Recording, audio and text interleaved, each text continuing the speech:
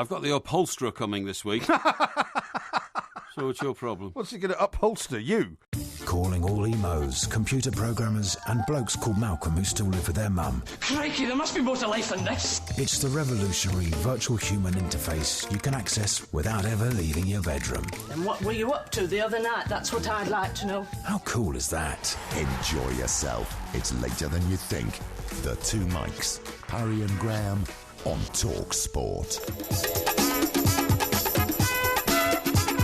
What about all the Beach Boys songs? You know, fun, fun, fun, till a daddy takes the T-bird away. There's a beach and weather word? Well, California's full of weather. In fact, there's no weather. In fact, there's not even... Seen the time? You worry too much about the time. That's your problem. Yeah. This is Talk Sport. We are the Two Mikes, and it's time to say a very, very good morning to Mr. Mike, a Porky, a Parry. A very good morning to Mr. Parry. Yes, very good morning, Mike. And before you even start, I'm not even going to get riled about your... I'm not interested in getting you riled. I'm interested in discussing a possibility of something which would be quite a big deal in the world of football. But you've made a completely inaccurate introductory statement in what to the sense? show. How is it inaccurate? You've said that Ronald Koeman is high on the wish list for Barcelona. That's correct. He's not. How do you know that? I know that. How? All yours should be saying is you should be saying that bookmakers have him as joint second favourite to go to Barcelona. Are you saying, that is very, very different. Are you saying he's not high on the wish list for Barcelona? He's not. No, how do you know that? Who do you know at Barcelona? I am not prepared to reveal my sources, but there's a man called Guillem Balaguer. Yes, right. Yes, who you would probably agree knows an awful lot about the ins and outs of Barcelona. And I certainly would. Yes, and he says that Ronald Koeman is a very, very fine candidate that would be very welcome at Barcelona. Yeah, well, that's fine, and I don't disagree with that statement. Would be very welcome at Barcelona, but he's not on Barcelona's wish list. Well, that's not something that we can say one way or the other. I know these things. He's going to be very high on the wish list because you might have heard Terry Gibson on the Sports Bar, who also said, yes, you know, one of the things we know about Barcelona when they pick their managers. Excuse me, I haven't finished my sentence yet. Yes. What they like is to have someone who has an association with the club, either as a previous coach there, albeit at a lower level, or who has played there. And of course, Koeman played there in Johan Cruyff's team and was very, very successful and very well loved and very much of a legend. And so he fits all the necessary criteria. He scored the goal that won them their first ever European Cup. He did at Wembley. He was also fairly, was he not fairly instrumental in keeping England out of one of the yes, he was. The Euros. Yeah, but look, I agree with all those figures and all those statistics and all those sentiments, but I can tell you it would be a superfluous operation, and Barcelona know this, to approach Ronald Koeman to become the next manager of Barcelona, and it's not going to happen. Well, it wouldn't be superfluous. No, it would be superfluous. It may not come to pass, but you would have to say... It won't come to pass, that's what I'm saying. You would have to say that a man of Mr. Koeman's character, who has previously left clubs, having said that he wasn't going to... No, I don't remember that. What, you don't remember him leaving Southampton after he said he wasn't going to? He never said he wasn't going to. You don't remember him leaving the Dutch club that he was running in order to go somewhere else? He never said he wasn't going to. Yes, he did. He said, I'm happy here as a moment. That's what he said. That's the political in-speak of everybody who's in a job. And that's precisely what he said. Look, I'm very happy where I am now. Are you? I'm very happy You're where I am not happy now. anywhere. I'm very happy. You're never Don't happy. Worry. Don't worry. What I would say... So if somebody came to you and said, would you be interested in taking a job offer from KRGO Radio in Detroit, Michigan, you know, for a vastly inflated sum of money... 10 times the salary. What would you say? No. Why? Because I am on a mission where I am now. Oh, is that right? What's the mission? Well, the mission is to complete the project which I've embarked upon with yourself, to conquer the world. Exactly. Yes. Okay. Fine. So Ronald Koeman says about the same thing. Well, and he's probably about as trustworthy as you are. If you sincerely believe in what you're saying, why haven't you invited onto the show to try and reinforce your point? Yeah. The man who is the acknowledged expert on Barcelona Football Club in the media world. Who's that? Our old mate with no hair who used to work on the Daily Mail. Do you mean Graham Hunter? Graham Hunter. Well, Graham Hunter doesn't like you, see. That's the reason I didn't ask him on the show. No, because I did ask him if he would like to come on, no. and he said, no, I'm terribly sorry, I will not go on a show with Mike Parry. No. I think the man is an absolute oaf. No, that is an untruth. That's not an untruth. It is an untruth. Yes, it is. And thank you very much. You've admitted that's an untruth, right. See, so that's one untruth, folks, which he's just admitted to. So just think on about how many untruths this man gets through in a 3-hour show. But I've gone one better than that, right? Yeah. Do you want to talk about who lies on this show more? No, is that what you want to talk about? No, we're talking about Barcelona. No, let's do that. No, we're not changing the subject. Let's do who lies more. No. We are talking about the Cougar situation. We're not changing the subject just because you're losing the argument. All right. Well, we'll get through this one first. This is why you're projecting all this stuff on me today. I'm not I projecting. mean, you're the one that changes the subject when you're losing the argument. No. I've not lost any argument yet. What we are going to do is bring on one better than Graham Hunter. We're going to bring on Mark Donaldson. Oh, yes. Who also happens to be Scottish, who works for but he's a crazy Scotsman floating around in America, picking up bits and pieces from the continent of Europe. No, he works for ESPN, one of the premier networks of sport in America. Yeah. And he will tell us precisely what is being said at Barcelona because he talks to people there. Oh, and he also works with a whole host of professional footballers. Yes. So, I think you'll be happy to know what he has to say about it. I'll be very you happy. never know. He might say that you're right and Koeman will never go there. Well, exactly. So, before you start dissing him, I'm not why don't you dissing wait him and at hear all. what he has to say? Good friend of mine. He's not a good friend of yours. I However, he is a good friend of mine. I respect everything he says. Yeah, so that's your providing first lie. Is he really a good friend of yours? I respect everything he says. Have you ever met Mark Donaldson? Yes, of course I have. When? He's a big fat guy who came in here one night with glasses on. Big fat guy with glasses on? Yeah. He's not a big fat guy with glasses on. He He's is. a very tall man. Yeah. And he does wear glasses. Yeah, well, that's it. He doesn't have very much hair. But he's not your friend, is he? Of course he's my friend. No, he is not your friend. Well, what do you think he is then? He's somebody that you've become acquainted with. Yeah, okay. Well, I used to work with the guy. In fact, I hired the guy in Edinburgh. Did you really? Yeah. Do you want a medal for that? No, I'm just telling you that you're not his friend. Not his friend. So that's your first lie of the show. Oh, We're 10 minutes in, and it's not going to stop. Oh, he's your friend, and he can't be my friend. No, he doesn't want to be your friend. This is like a school playground. Yeah, I know that. That's part of the problem. Yeah. Well, I'm not the one that makes it into a school playground. Well, you're just saying he's my friend, not your friend. Well, because you said he was your friend. Yeah, and you've been accusing me of telling a lie, right, so I'm now accusing you of telling a lie. When he comes on, we'll ask him directly, okay, would he regard me as a friend? Yes, okay. And I'm sure I know what he's going to say. Yeah. Duncan says this: what a planet is Porky on if he thinks Ronald Koeman won't leave Everton for Barcelona? What a deluded plank. Yeah, well, that's say what you like. That's what the people Sticks are saying. And stones, mate. Sticks a and lot stones. of people also commenting on your new shoes. Yes. I took a picture earlier and put it out. Yeah, that was sneaky, you see. What are you doing that for? Because you've got nice new shoes, and I know how much you're proud of your new trainers, so I thought people should be able to see them. They cost me £90. 90 quid? 90. And you were done? No, I wasn't. Where'd you get them from? Got them from some strange name shop. It was something like D Marshy or something. D Marshy? Yeah, or something like that. D Marshy? D-I-E-C-H Marshy or something. Anyway, this sounds like Deichmarsh, is that it? No. Oh, no. No idea. And they sell... That's what you just said. No. Or was it one of these fashion shops? Or Maish Barno or something like that. Maish Barno, something like that. Yeah, that sounds familiar. There's one in every high street. And for some unknown reason, they had a huge range of fashion trainers, right? Of which mine were, and they are Nike. Neil has a question for you. Yes. Who tied the laces for you? I'm not going to answer that question because Sam has another question for you. Is he hiding a box under his shirt? No.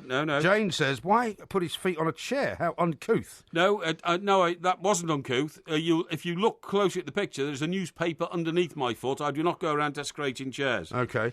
Did you see the story today about some bloke who punched another bloke on a tram because he wouldn't take his feet off the seats? Oh, yes, and then ran away. Yeah, was that in Croydon? Yeah, in Croydon. The tram that you were on? Yeah, that's right. A lot happens on those trams. It does. That's quite a not horrible story, though, actually. It's not very nice, is it? No, it's not very pleasant. Talking about the price of goods and chattels and things. Yes. Did you really have your hair cut today? Yeah. No. I did. It doesn't look any different to yesterday. Well, I mean, that's because you're not very it doesn't look any different. Well, it looks different to me. It doesn't look any different to me or our millions of listeners because I took a sneaky picture and put it out. Yeah, you did, which I thought was a rather I called underhand thing. No, I suddenly was sitting there and suddenly there was this voice in my ear. Yeah, MG. Mike! Yeah. And I turned around and there you were. Caught you out. Some kind of reptilian paparazzi. How much did you pay? I paid 30 quid. 30 quid? They saw you coming. What's wrong with that? 5 minutes work. Excuse me, you paid 90 quid for a pair of, what can only be described as a nurse's shoes. No, they're not. They're the lightest trainers in the world, literally. Really? They're so lightweight you don't even know you're wearing them. Well, seriously. let me see them. And I'm very fleet of foot now because I got. I thought you said they were Nikes. There they are. Where's the Nike tick? Can you see it? Oh, it's in black. Yeah, exactly. Oh, yeah. They've got sort of caterpillar soles. Yeah, they're sort of pretty smooth, aren't they? No, they're awful. No, they're not. They're great. They're absolutely horrendous. They're extremely lightweight. They're made of that very lightweight material. What material's that? Plastic? No, it's like... They've got plastic on them, haven't they? No, it's like mesh. Mesh? They're not mesh, but they've got plastic around the toes. They're made of mesh. But I don't really want to get too close to them. Why? Because I don't want to go near your feet. Well, it doesn't matter. They're brand new trainers. They're horrible. I only have them for 3 months. I throw them away, so don't worry about it. Yeah, they're absolutely horrible. Apropos the haircut picture that you sent out, yes. Gary says at least MG knows how to use a razor, Porky. Those in glass houses shouldn't throw planks. Really? Yeah. Yeah, okay. And here's the one from Peter who says, I bet the Polytechnic of the Trent did not teach the toffee to put his plates up on a chair. No, they weren't on a chair. Also, I wouldn't do that sort of thing. I don't put my feet on your feet chairs. are clearly on a chair. I don't put my feet on chairs in my home, and I wouldn't do it in the office. Oh, look, I found them here. Yes. Are they Nike Tanjun men's trainers? Let's have a look. Is that what they are? Let's have a look. $44.99. $44.99. Do you know what? I think it is those. I think it is those. Well, you could have got them for £45. Well, that's buying them online. I like to go in and see the same products price I online. wear. No, they're 90. Mine are 90 quid. Well, why'd you say they're £90 when they're only 45? Well, I can only tell you what I paid for them. I can't tell you what the did you think they were bargain 45 basement offer quid is each? on the. Yeah, probably. Yeah. Yeah, one for each foot. I can't It's tell you. £45. Can't tell you That's what the, 90. Can't tell you what. Well, you bladdered when you bought them. Can't tell you what the bargain basement price is on the the World Wide Web. In which town did you buy these trainers? Epsom. Epsom? Yes. What, where you live? Yes. All right. What's wrong with that? That's your third lie of the night. No, it's not. Now, we've got lots Yeah. to go on. We've got to talk about the FA Cup a little bit later on. We've got to talk about this biblical flood that's coming. Yes. We've got Porkyvision as well. Yes. Lots of people asking you not to give away the plot of Broadchurch, please. Okay. But we will find out whether you're going to. And, of Now, course, the other Mark thing- Donaldson. Go on. And the other thing we've got to talk Yeah. about is, has Gareth Bale gone mad? Well, has he gone, as mad as Ricky Tomlinson? Exactly. Maybe yeah. they could form a duo Yeah, of yeah. some kind. Yeah, what's happened to Gareth Bale? This is Talk I Sport. don't know. The Two Mics, simulcast across the UK on Talk Sport and Talk Radio.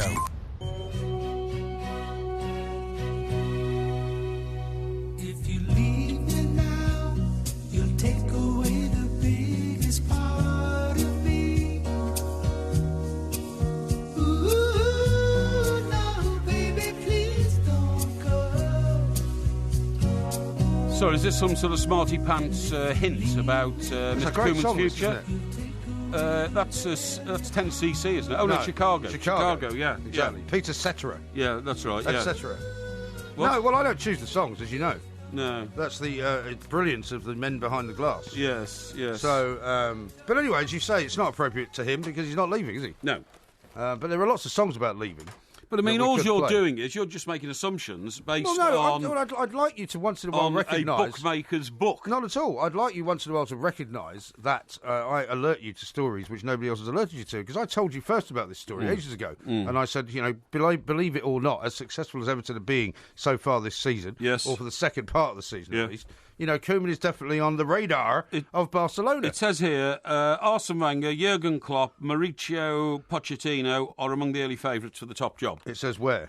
It says in a newspaper report I'm just reading. Which newspaper report I'm not is going that? to tell you because Okay. there's a multiplicity of them. Yeah. And Are you going to tell me that there's going to be no reports linking it with Koeman as well? well, look, Koeman is obviously somebody who you speak about in the same breath as Barcelona because of his literally historic and iconic role there when he was a player Exactly. and a sort of assistant coach. Yes. But he has not yet graduated, but he will with Everton, to the academy of top continental coaches, and that's what Barcelona wants. Somebody who's proven. Well, no, they don't necessarily want someone who's proven because what they want is somebody who's got an association with Barcelona. That's exactly my point. No, I mean, for example, No, quite seriously, Mike. That is not. I don't think that is. No, I don't think that is anymore. I think it used to be. Where did Luis Enrique come from? Yeah, well, of course he did, and so did Pep Guardiola, Guardiola. and so did Pep Guardiola, and so did Villanova. Yeah, I know, but and all of the people that they've had since Johan Cruyff basically have had an association, haven't absolutely. But they're moving away from that. They've said you can't just they? restrict Well, here's it another to that. newspaper report. Everton manager Ronald Koeman and Spurs boss Mauricio Pochettino are among the front runners to replace him. So, I mean, that's all I'm telling you. Yeah, well, he's in the box seats, as it were, yes, for the job. Yes, well, I'm sorry. I mean, you can deny it all you like, but the reality is that Koeman is one Yeah. of those people who is being touted as the next Barcelona manager. Well, I can tell you they're wasting their time. Ronald Koeman will not be the next Barcelona coach. Well, okay? you said that, and that's fine. And Yes. I mean, if you wish to leave Yes. the story there, there's not much more we can say. No, 'cause exactly. We will be talking to Mark Donaldson about it, Yep. obviously, coming up over the next half an hour or so. So there's lots of other stories to talk about, right? Including... If I was Ronald Koeman, by the way, I'd go looking for Luke Shaw. Why? The Manchester United fullback, because we need cover now for Leighton Baines, who who's getting towards the twilight of his career. Yeah. And Luke Shaw would be a great addition to the squad. It's not Well, worked he's out a for him. Manchester United reject, isn't he? Well, he's not. What he is Well, he is. He was a Manchester United prospect who, because of a dreadful injury, which curtailed his career for 18 months, never really got off the starting blocks at United, and it's now sensible for him to look for another club and start again. Yes. Because he was very successful at his previous club, Southampton. Was he not? But he was bought for quite a lot of money from Southampton, wasn't he? I mean, he was bought as a sort of superstar. Huge money. He wasn't a developing player. I mean, he was bought to be the superstar. Over 40 million quid or something, wasn't it? Yeah. Well, that's what I'm saying. I mean, he was. So he's now in Manchester United. He's one of those guys that was bought by, was it Van Gaal who bought him? Yes, that's right. And it didn't work out because he did have a terrible injury. Yes. But also, he never really quite fitted into the squad anyway. Well, no, he never had the chance to fit into the squad, to be honest. And honestly, I think it's just circumstances. And sometimes, what was that famous political expression? Events, dear boy. Events, yes. Yeah, which can change the world. It was Harold Macmillan, wasn't Harold it? Macmillan. Events, dear boy. Events. By the way, can change your prime ministerial ambitions. Gary has helped me out here. He says Deichmann's is where Mike Parry got his shoes. Yeah. Question mark. Deichmann's, that's it. Yeah, well done. Deichmannes. Yes. He says that is a bargain shoe shop. What was he doing in there? No, it's not. It's a top quality He place. says it's a bargain shoe shop. Nothing bargain about it, man. Nothing bargain. Well, there's about nothing bargain about it if they charge you twice as much as they charge online. I don't think so. Now, what about Ricky Tomlinson, right? Now, there are two things. This is a great story. Now, tell me this story. Well, it's first brilliant. of all, there are matters arising from it, because a lot of people have alerted us to this story today, not least because Ricky Tomlinson was invited to Chester, your hometown. That's right, yeah. To open a Wetherspoons. That's right, yeah. Now, right. surely if anyone is going to open it is. Well, what do you mean know where it is? It's only just opened. Yeah, but I know which the building is. It's near the top of Delamere Street. Okay. Yeah. Now, surely to heavens, if you were the man at Wetherspoons, who you know, right? Yeah. Tim, what's his name?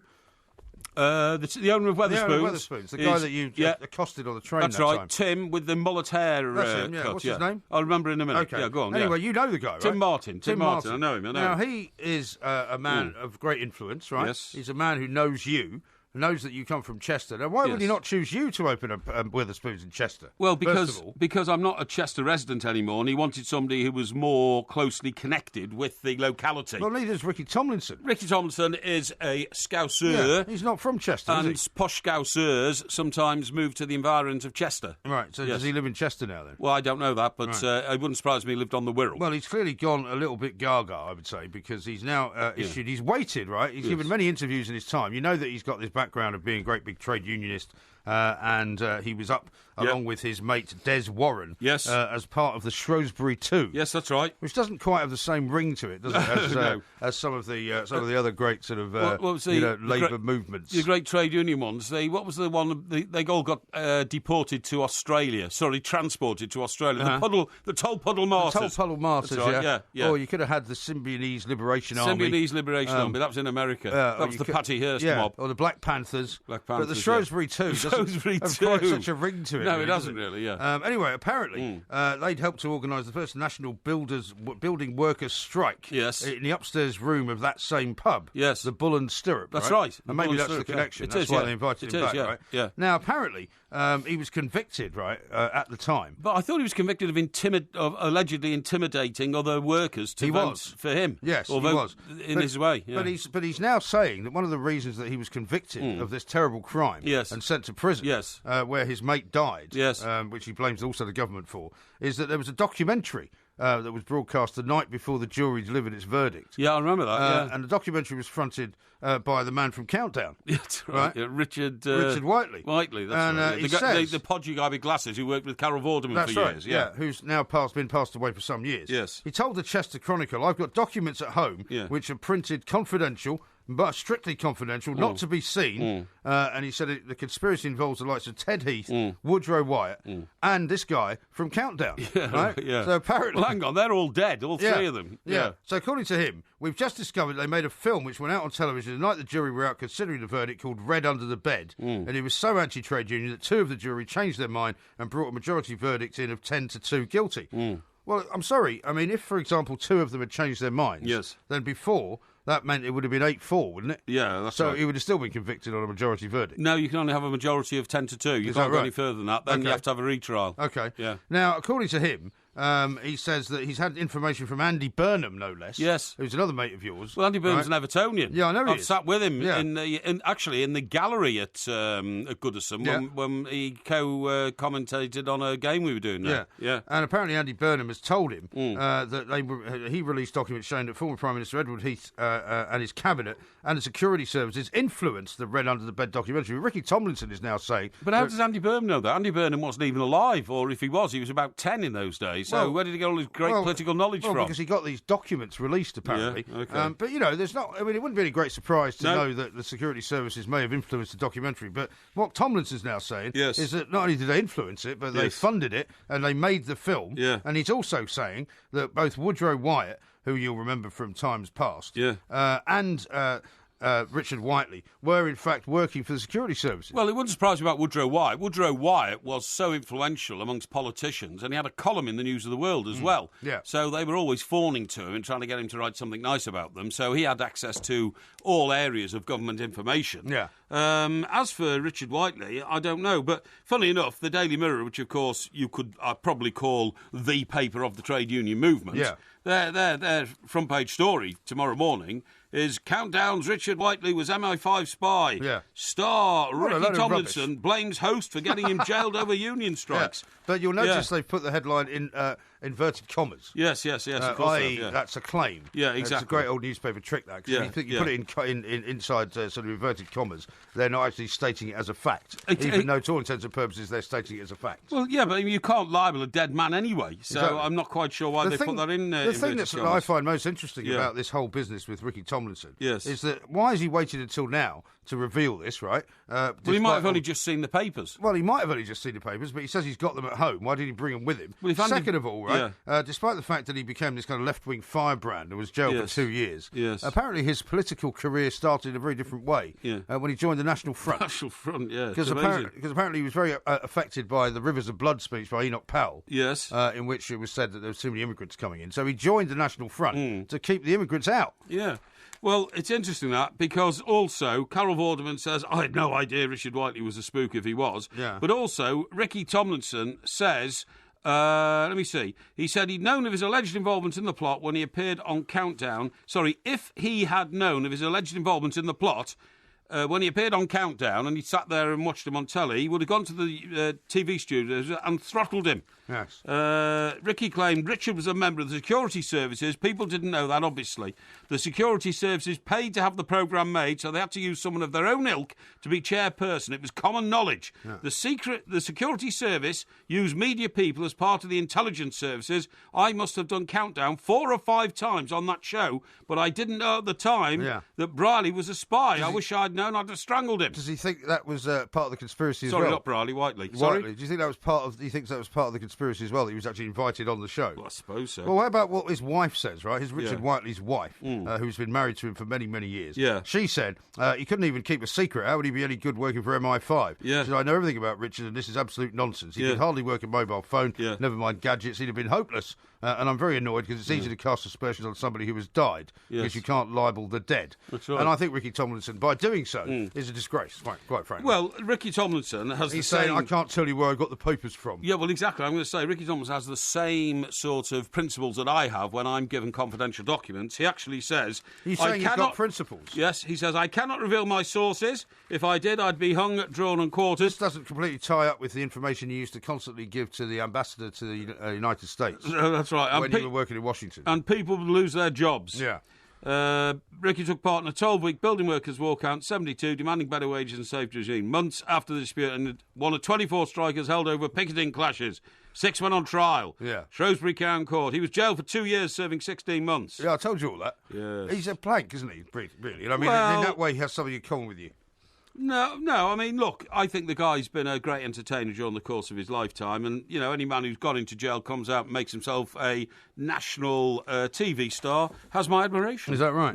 Well, that's typical of you, isn't it? Andrew says this. I'm pretty sure that you were referring to the Shoebury Town 2, which is true. Yes. This is Talk Sport. Talk Sport on DAB Digital Radio and 1089 and 1053 AM. The enduring home of football. It's modern radio, only better. Talk Sport. I'm going slightly mad. I'm going slightly mad. It finally finally happened.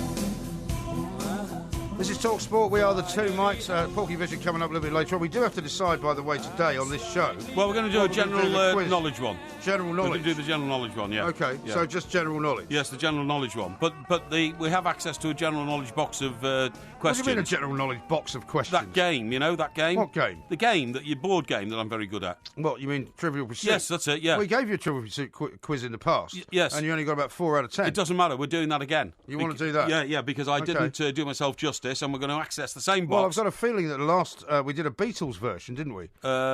We did. We can do the general knowledge one. Do you know, I did a Beatles quiz on Facebook the other day. Did you? I got 10 out of 10. Really? Yeah. Oh, and it was identifying songs by the line. Yeah, well, I should probably try and do it for you. Well, I'd get 10 out of 10 on that as well. I think you would. Yeah, of course I would, yeah. So, general knowledge, Trivial Pursuit. Yes. Well, I have to source now a copy of Trivial Pursuit. Well, a number of our producers have access to a box of them. No, really? Well, they're all shaking their heads behind the glass. No, they do, don't worry. And you just bring it in, and then Yeah, but you have to buy one then.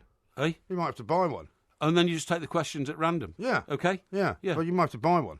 Why? I'm not buying one. Why? Well, because I'm not buying one. We've got one. I will access one tomorrow. Not got one. I will access one tomorrow. You have to buy one, is what I'm saying. I will access one tomorrow. Right, You're incapable and incompetent of doing anything. The independent quizmasters are waiting and have been waiting for the last 2 days to be told what the subject is, and you're now telling me you're standing them down. What? Who am I standing down? You're talking about the independent quizmasters. They only get paid if they set the quiz, you know. Yeah. So what you're saying is you're going to put these people out of work for a week. Well, they are in collusion with you to make the quizzes so hard for me that it's become ridiculous, and the audience are not enjoying it because that's not true. They know. No, that's not true. They know it's been gerrymandered. There are a few members of your planky following who don't like it because you don't do very well. No. But the audience actually do enjoy it. No, that's not true. Colin says this: Wetherspoons didn't invite Porkies. They're worried about their profits. Yeah, that's true. Yeah, also worried about their supplies on day one. Richard says Koeman is off to Barcelona, but Everton can have Claude Puel. Puel! Yeah, he looks as though he's doing okay, doesn't he? That's the problem with Southampton. Every time they get a good manager, some bigger club nicks them. Yeah, James says this: Koeman would be a fool not to go to Barcelona this summer. He's going to get Champions League football, or would he rather have another rubbish season at Everton? It won't be a rubbish season next season. It'll be a great season. And Rodney says Koeman will not leave Everton, just like John Stones was never going to leave Everton. Does Porky ever learn anything? Yeah, listen, we decided that John Stones wasn't quite the player we thought he was, and we let him go. Yeah, but that wasn't when you were singing "Money Can't Buy Me Stones," was it? Koeman when you were making fun of Chelsea. Koeman is the real number. Do you remember that? You know, I was taking the mickey out of Jason Statham last night. You were.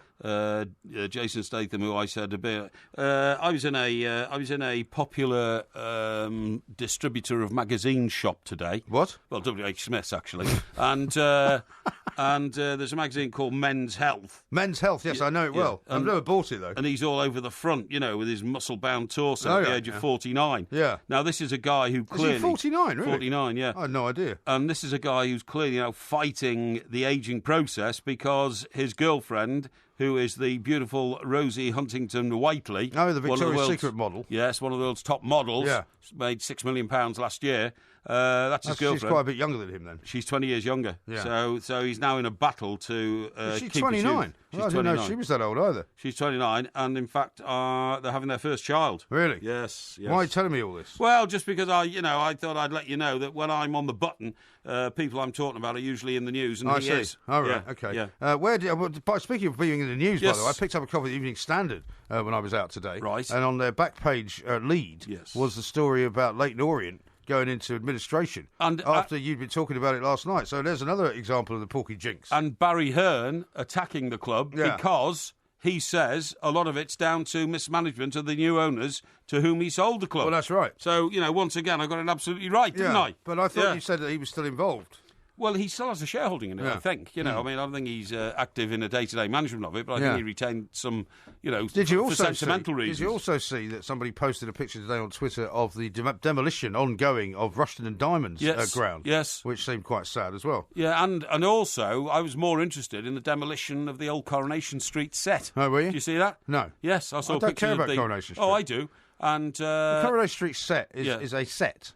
Yeah, but right? they've got a new one, you see. Yeah, but it's a set. And so how can you be sad about the demolition of something which is technically fictional? Well, when you think it's the longest-running soap opera in the world, and it started in the early 60s, and... Are you sure it's the longest-running soap opera in the world? Yes, absolutely certain. Are you sure that one that we talked about from America is not? No, this is, honestly, believe me. I think it is. This is, believe me. And it's, it's a very historic artefact, isn't it, the set of the first episode of Coronation Street? I mean, you can see it from Salford Quay, can't you? Isn't that when we saw it? Well, that's the new one, because the old one is not in Salford Quay. It's in the centre of Manchester. Well, so they haven't used it for a long time, then. They haven't used it for a long time. It's near to the Victoria and Albert Hotel, because that's where some of the actors used to live for weeks at a time when they were working. Is that right? Used to see them there, yeah. Particularly the old girl who was always in the bar.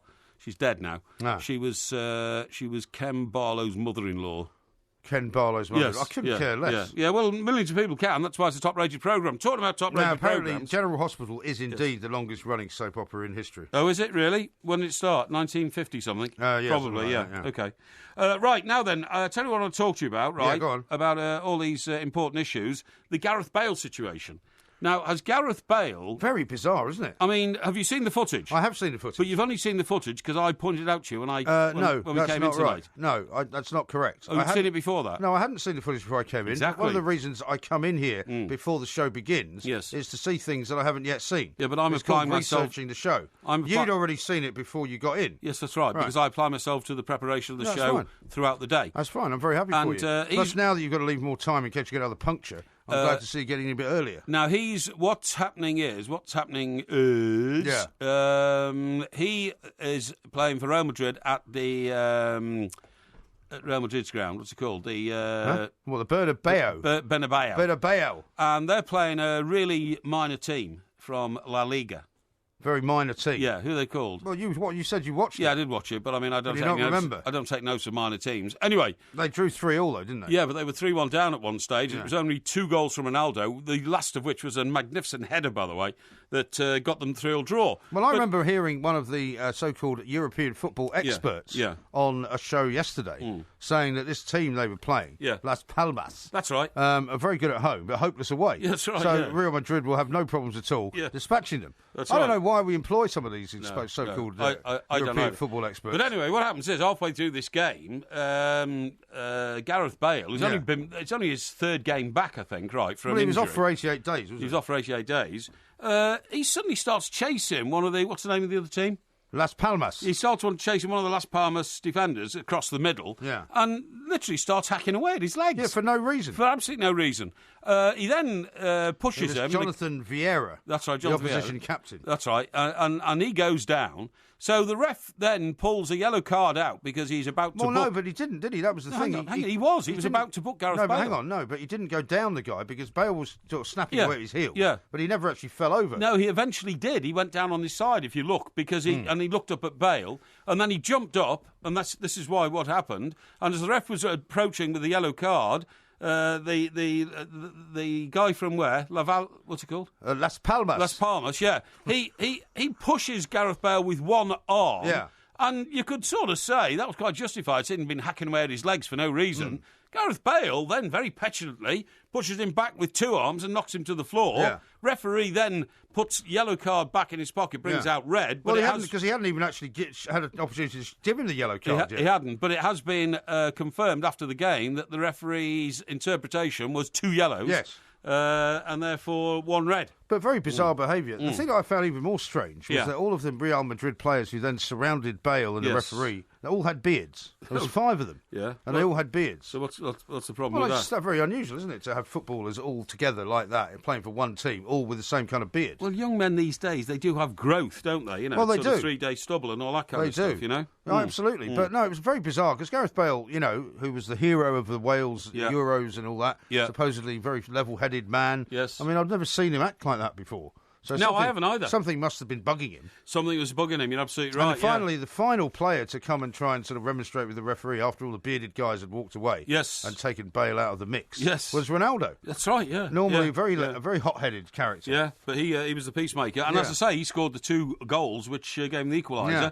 But nevertheless, old Barcelona, who ran riot tonight, didn't they? It was a 6-1. They did, yeah. Last night. and Osasuna and they've now taken over at the top. So and so the beginning part of the season in which Real Madrid were running away with it is not to be. But we'll talk to Mark Donaldson about some of that because he may know something about it. Yes. Now, I've got a weird text here from somebody who doesn't wish to give a name, who sounds a little bit paranoid. Yes. He says, "It seems you and Porky have become very selective on your show. Texts are ignored. You only get acknowledged if you're on Twitter or have visited one of your shows." No, that's not true That's at all. absolute cobblers. Whoever you are, Yeah. we normally don't read out texts unless they have a name on them. Yes. We do read out tweets and we do read out messages from Facebook and we do read out tweets from people who have been to lots of our shows because lots of people have been to our shows. Yeah, and also we are completely indiscriminate about whether you've been to our show or not. As long as you're a listener to Talk Sport, we welcome you to the Two Mikes family. I've got you just told me a fact about General Hospital. Yes. I've got a text here from, thank you very much to, hang on, I'm not sure who this is from. It's not from Agent Durham, is it? Hey? It says General Hospital started in 1963. Coronation Street started 3 years earlier. Just thought I'd let you know, chaps. Yeah, well, I don't know who that is, but it it's says somebody... Corryfield. Well, it's somebody calling himself Adrian Durham, who's obviously not Adrian Durham, so I'm not sure you want to take that seriously. It might be Adrian Durham. No, it won't. No, it's Adrian Durham is TalkSport Drive. Oh, OK. Well, it's not. So somebody calling himself Adrian Durham is not to be relied upon. Why would you want to call yourself Adrian Durham? Well, I don't know. Maybe he's got some kind of weird sort of fan thing going on. Well, there's nothing weird about Adrian. He wants to be... Is there? Well, no, I don't think so. I don't know him well enough to say. Oh, now, come on. He's a colleague. He certainly is. Yeah. Good colleague. Now, he is a good colleague. Now, coming up next, another good colleague, Mr. Mark Donaldson, Porky's good friend, is going to be on. Excellent. The Two Mikes, simulcast across the UK on Talk Sport and Talk Radio.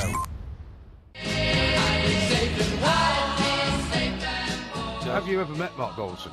Yes, of course I have. When? He's a big fat guy who came in here one night with glasses on. Big fat guy with glasses on? Yeah. He's not a big fat guy with glasses on. He He's a very tall man. Yeah. And he does wear glasses. Yeah, well, he doesn't have very much hair. But he's not your friend, is he? Of course he's my friend. No, he is not your friend. Well, what do you think he is then? You're somebody that you've become acquainted with.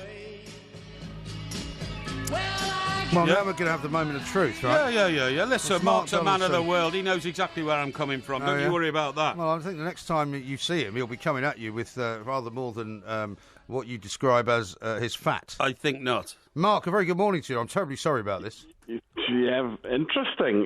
Good morning. Good morning, Mark. Good morning. How are the you? problem is Porky doesn't have very many friends, so he'll quite often claim that somebody is one, whereas, in fact, you and I have known each other for many a year, have we not? We have. I have some interesting photos of Mr. Porky Parry as well. We have actually met 4 times. Yes. 1, Great North Run, Peter Beardsley, Ian Danter, you and I. Yes. 2, there's a picture of you, me, and Alan Brazil when you came up to do the breakfast show for Scotland against Italy. Indeed. That was the wonderful national anthem that was not the national anthem that was sung by Mr. Brazil. Flood of Scotland. Yeah, all right, calm down. Yeah.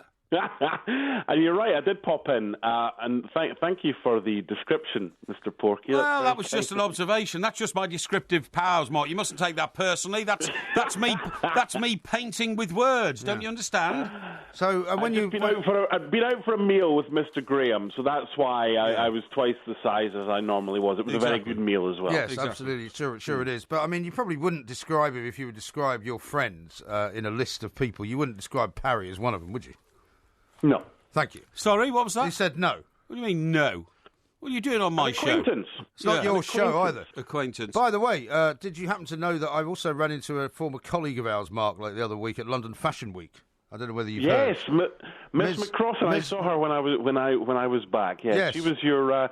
She was. You and her worked in the same show together as well for a spell. We did, yeah. She's now in the fashion game, right? And had a lovely time with her and bought a couple of her cashmere jumpers, which set me back quite a lot of money. She's doing well. She's doing very well. Anyway, let's talk about Ronald Koeman going to Barcelona, because my theory on this has been going for some time. Porky's now saying that he's never going to leave Everton to go to Barcelona. Yep. What do you think? Come on, Porky. There's a choice. You really think you would stay at Everton if Barca came calling? Barca aren't going to come calling because it would be a complete waste of their time to go after Ronald Koeman, and Barcelona are the sort of club that don't go chasing people they know won't sign on the dotted line. It won't happen. I can tell you honestly, Mark, it won't happen. I think Barca know who they want. Yeah. There's some talk it might be Sampaoli. There's a couple of others. Even Wenger's been mentioned and various others. But you've got to remember as well, He won the European Cup at Wembley with Barcelona. Yep. He scored that goal in 1992. He played for them for 6 years. He was the assistant coach as well. And I would say, if you're looking at the potential of the kind of CV, that you're looking for a potential next Barcelona manager, you don't want a rookie. I think they've been down the Luis Enrique road, and it was fine. It was all right. It was good. But he served his time. He'll think he's got unfinished business. And if they come calling, he's off ski. But the question is, and you're right, will they come calling? Exactly. We don't know. I mean, look, MG here said that, well, Barcelona have always stuck to appointing somebody who has a connection with the club. And I agree in the past they have, but they have to move out of that arena now because, let's face it, some of the top coaches in the world haven't a connection anymore to Barcelona, and therefore they can't, it's a bit like saying they're only taking players from their region. That went out 100 years ago, and so must this insistence on having a coach who's had a former association with the club. Yeah, well, you've got the likes of Athletic Bilbao, who only sign players from the Basque region, and it's done them pretty well as well. But I think they'll look at someone like Sampaio. I'm not going to say he's going to leave Sevilla, but what he's got them challenging now. And I think they play Athletic Bilbao, and if they win, they get really close to the top two again. So Diego Simeone a couple of years ago was on vogue, and he's still a star. He'll not go to Barcelona. But someone like Sampaoli, who's done really well at Sevilla, but you wonder, English football doesn't really have a history of players going from England to Spain. So what's the likelihood of a manager going from England to Spain? Someone like a Wenger or someone like a Koeman? Yeah, well, one of the most successful ever, one of the early ones, was Terry Venables, wasn't it? It was. He lost the European Cup final on a penalty shootout. And Bobby Robson, of course, as well. Well, maybe. There's one theory as well. If Koeman goes, he might take Lukaku with him, and they might quite fancy him at Barcelona too. But it's all in the lap of the gods, really. But I think you're right, Mark. If Koeman is approached to go to Barcelona, he will go. Absolutely, no question. Yeah, it won't happen. I can tell you that. It's not going to happen. Somebody else will go. Now, sorry, Porky, there's too much going on elsewhere as well with regards to Allegri, and this is an interesting one as well, because this emanated from Allegri's hometown, that he's apparently told one or two friends he's off to Arsenal. Yeah. Now, if Allegri leaves Italy and goes to Arsenal, would it kind of be a managerial merry-go-round here? Would you then get someone like Wenger? Would Barca want someone like Wenger? If Allegri, and this is all hypothetical, if Allegri goes to Arsenal, who knows where Simeone's going to go, if he goes this summer or if he goes next summer, would someone like Wenger fit the bill at Barcelona? Arsene Wenger has got a blighted record, hasn't he? In the sense that he hasn't won anything for so many years. Well, he's won the FA Cup, obviously, a couple of times. But in terms of the big trophies, he's not been in the mix, has he, for over a decade. I don't think Barcelona would want to appoint a coach of his age who has that record for the last 10 years. I'm with you on the age, and to an extent as well, they want winners. Yeah. And I think you look at Wenger, and he got to the Champions League final, lost to Barcelona. I'd be surprised if it was someone like Arsene Wenger, and it wouldn't surprise me if they pulled a rabbit out of the hat. It would just be an intriguing one. If Allegri does go to Arsenal, where's Wenger's kind of next port of call? Yeah, absolutely right. Well, let's talk about Gareth Bale as well, because... Would you mind, sorry, interrupting here, Mark, because I know you wanted to do it, to talk about Alex Young before we talk about Gareth Bale. You want to talk about Alex Young? Well, Mark, you made a request, didn't you? Okay. Yeah, just a quick one, because Alex Young, unfortunately, at the age of 80, passed away yesterday, and he's an Everton legend and a Hearts legend as well. He lived in the same hometown as myself in Pennycook, and I knew the family, and there was a minute's silence before Hearts game last night, and it was impeccably observed. And I know the next time Everton play at Goodison, there'll be a minute's silence as well, because this is a guy. I'm sure Porky. Oh, he was the golden vision. He floated. Exactly. He didn't run. He didn't walk. He floated. And Joe Royle described it best. He was the most perfect exponent ever of they drop the shoulder and take a defender one way and go round in the other way. You know what I mean? That was what he was brilliant for. The one thing I would say, and you look now, whether it's Scotland, England or whoever, the number of caps that average players get. Alex Young won 8 caps for Scotland. I know, yeah. If Alex Young played these days, Alex Young would be a centurion as far as caps are concerned. So I just wanted I thought it was nice just to give a quick nod to someone that Porky fondly remembers and my family remember him as well. No, yes, that's indeed. Very good, thank you. Hearts unfortunately lost 1-0 to Ross County, didn't they? Okay, enough. Yeah. I didn't think you wanted to talk about that quite so much, did you? No, I want to talk about Gareth Bale. Gareth Bale, Any please. excuse. Well, Gareth Bale, funnily enough, I've just had a tweet from somebody called Jack, who may or may not be a Swansea fan, because Gareth Bale behaved in a very Gareth Bale-like way last night, right? But apparently earlier in the day, and our friend from Swansea says, maybe he wanted to spend a bit more time back home. Yes. He announced the opening on St David's Day of his new sports bar and grill in Cardiff. Who did? Gareth Bale. Really? So maybe he's hoping to get some time back in Cardiff to run the pub. Yeah. What was he doing? I mean, seriously, it's a couple minutes after half-time. Yeah. It's 1-1 at the time, right? Okay, they went ahead, and then they were pegged back a couple of minutes later. And then he's gone after, he's hacked away, and he's petulant, and then he's pushed the guy as well. I think you summed it up perfectly, Mike. It was very un-Gareth Bale-like from Gareth Bale. Very strange. And I mean, you just don't ever see that, do you? I mean, is there something going on that we don't know about? Don't know. No idea. I mean, look, the referee in that game, he certainly flashed the cards. It was David Fernandez who was the referee, and Bale got sent off. Carvajal got booked. Sergio Ramos got booked. Ronaldo was lucky not to get sent off when he chucked himself to the ground and then did it again straight afterwards. Morata got booked, and various others as well, David Simon. But I mean, we've now got a title race, which is great. And if Real Madrid win their game in hand at Celta Vigo, then they'll they will go ahead. But we've got a 3-team title race in Spain again, so bring it on. I'm all for this. Yeah. So but I mean, maybe not if you're the owners of Real Madrid or the president of Real Madrid, and even if he might have cost them the title. Zinedine Zidane, because I mean, at the beginning of the season or before Christmas, Real Madrid were running away with this. Yeah, exactly. Now, it might help if Barcelona get knocked out of the Champions League. That's one less thing for them to worry about. And it looks like they're going to get helped put out as well. But, okay, you've got James Rodriguez who can come in. I just don't get what Gareth Bale was thinking of. Only he can explain it. And unfortunately, I didn't see any comments from him post-match, because if I was the press department, I wouldn't be putting him anywhere near the press after he'd done something like that. Yeah, it's inexplicable, and it could cost Real Madrid very dear indeed. Could, indeed. Fascinating stuff, though, over in Spain, because it is no longer a one-horse race. We've got lots more to do. Mark, thank you very much indeed. Mark Donaldson, we'll talk to you again very soon. Coming up next hour, we're going to be talking to LaDonna Harvey. You can now watch us live on Facebook. I'm just about to put the link out, of course, on Twitter. Yes. So if you're on Twitter and you're not on Facebook, I'll give you a link so that you can watch it as well.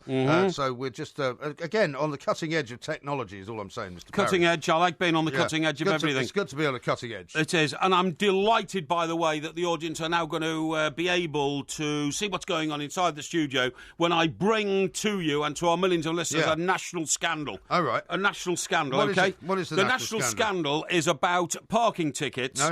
People appealing legitimately to have parking tickets revoked, and those revocations not being endorsed by the council because of the enormous pressure on them to get money from motorists. Well, hang on. Well, when you apply to appeal a parking ticket, do you not appeal to somebody other than the actual council? I thought you appealed to an actual appellant body. No, councils reject parking ticket appeals 99 out of 100 times, really? okay? Sure? Yeah, I've seen an investigation which has been looking into it, and it's usually even if you've done nothing wrong. Now, I have a fantastic story to tell you about how this very week I reduced a traffic warden to tears. Why is that something to boast about? I'm not boasting about it because it wasn't... That's a shocking thing I did not reduce this guy to tears through any malevolence or through any anger. It was because he had treated me so unfairly, he was reduced to tears. And where was this? And this was outside my place in Stockbroker Belt, Surrey. Well, outside your house? Yeah, I'll tell you exactly what happened, of course. Okay. It's all to do with my burst tyre, okay? Yes. You know, I got the burst tyre the other night, eh? I've just seen a terrible picture that's been posted by Mark Donaldson. Oh, yes. Of you wearing a black vest. Yes.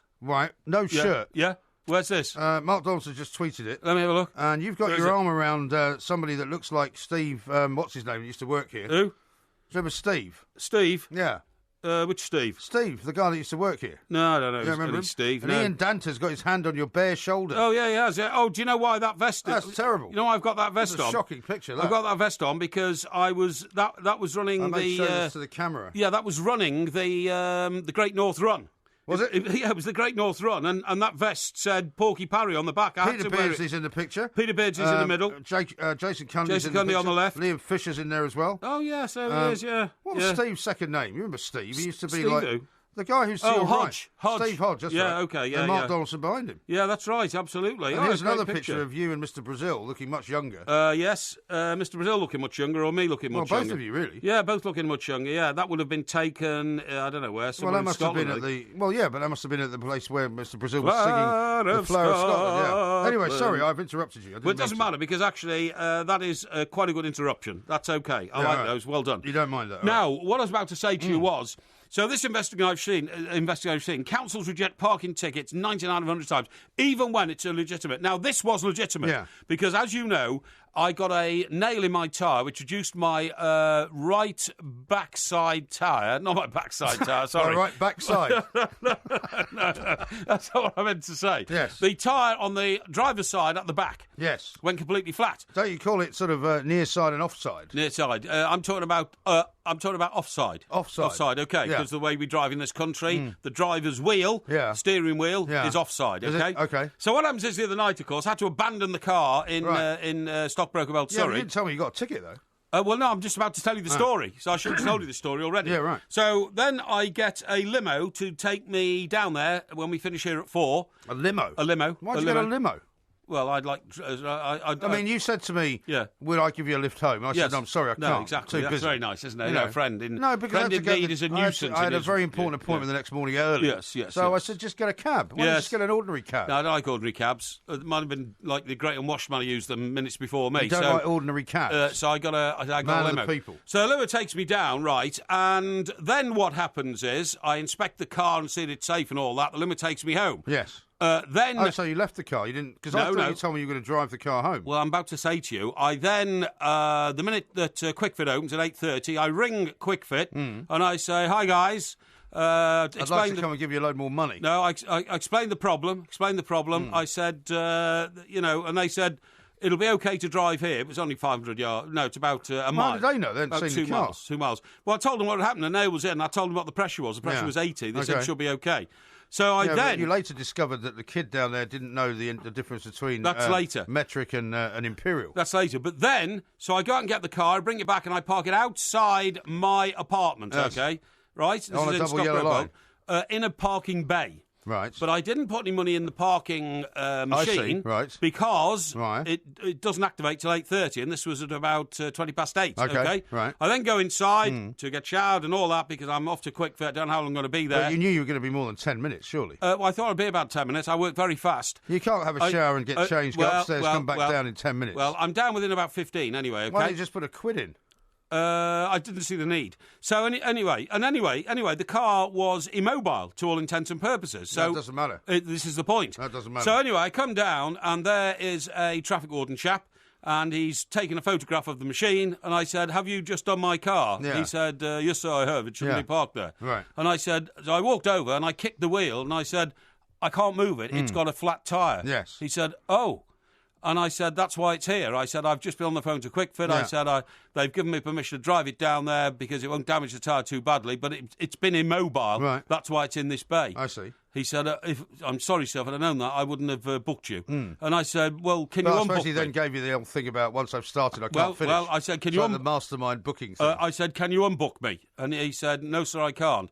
I said, "Well, take a picture of the tyre and just throw." He said, "No, it's all electronic now." Yeah. I said, "Well, what should I do?" And he said, "You should take a picture of the tyre, sir." And the ticket was in my windscreen wiper. He said, "And then if I were you, I would appeal against that." Yes. I said, if you were me, you'd appeal against it. But you just told me you shouldn't have given me a ticket because the car was immobile and couldn't be moved. Well, because the poor guy's only doing his job, right? Yeah, I said, couldn't you see that that tyre is flat? And to be fair, he said a lot of tyres these days are so thin, like in the how deep. See, even he knows you got the wrong kind of tyres. No, not wrong kind of tyres. They're very good tyres. No, they are very good tyres, but they're the wrong kind of tyres for urban driving. And he said, I can see now it's a flat tyre. And I said, well, I shouldn't have got a parking ticket, should I? He said, and he started crying. He said, crying? Yeah, he said, sir. He said, Are you sure? Yeah, he was. He was crying.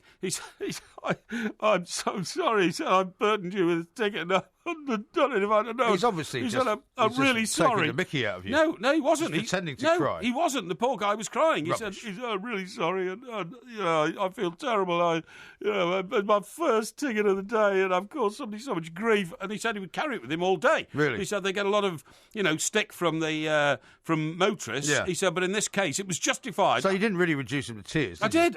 Honestly, the poor guy he's obviously emotionally unstable, this guy. Well, I'm telling you, he was crying. He said, his head was in his hand, I'm so sorry, I don't know where I am, and all this kind of stuff. I think he'd had a lot of stick from a lot of motorists, Well, it must be a difficult job being a parking. I agree. So anyway, I said, it's all right, mate. I was patting him on the shoulder. It's okay, pal, don't worry. I said, quick fits, I can drive it down there because I'm going to have to replace the tyre anyway. Did you not offer him money to lift the ticket off? No. That would have been bribery of a public official in office. That's true, yeah. No, I'm not doing that, no. You sure? So anyway, you thought about it, though, didn't you? You did think about it. Tell me you didn't think about it. I thought of a way to try and incentivise getting the ticket cancelled through gentle persuasion. Exactly. But anyway, my hand never reached to my pocket. I wouldn't do that. That's illegal. Yeah. But anyway, you didn't sort of take the money out and wave it about. No. But I got in the car and I kept the window open. And as I drove off, I put my hand out and waved to the poor chap to try and make him feel better, Right. But he saw me driving off with an unjustified ticket, and the guy was in bits. Well, considering that you told him the car was immobile, he must have thought, well, that was a lie. Well, it was immobile until I got permission from QuickFit. It was immobile until you started it and started driving off with it. It was immobile. It was immobile until QuickFit gave me their professional advice that you could move that car. But you'd already driven it up from the station. I'd already driven it around from the station, yeah. So technically that was a lie. It was not immobile. No, I'll tell you what happened. When the time, hang on, when I got in the car and first drove it, the pressure in the tyre was registered 80 on my computer. Yes. So that was actually okay. There was still air in the wheel. And was it the same pressure when you got back in it the next morning? I'm about to say to you, it went down to 25. 25? At 25. From 80 to 25? Yes. So it must have been practically flat then. It was flat. That's the point. At that point, it was flat. Well, you probably damaged the wheel. Oh! They said you'll damage the tyre now, but the tyre. No, the wheel.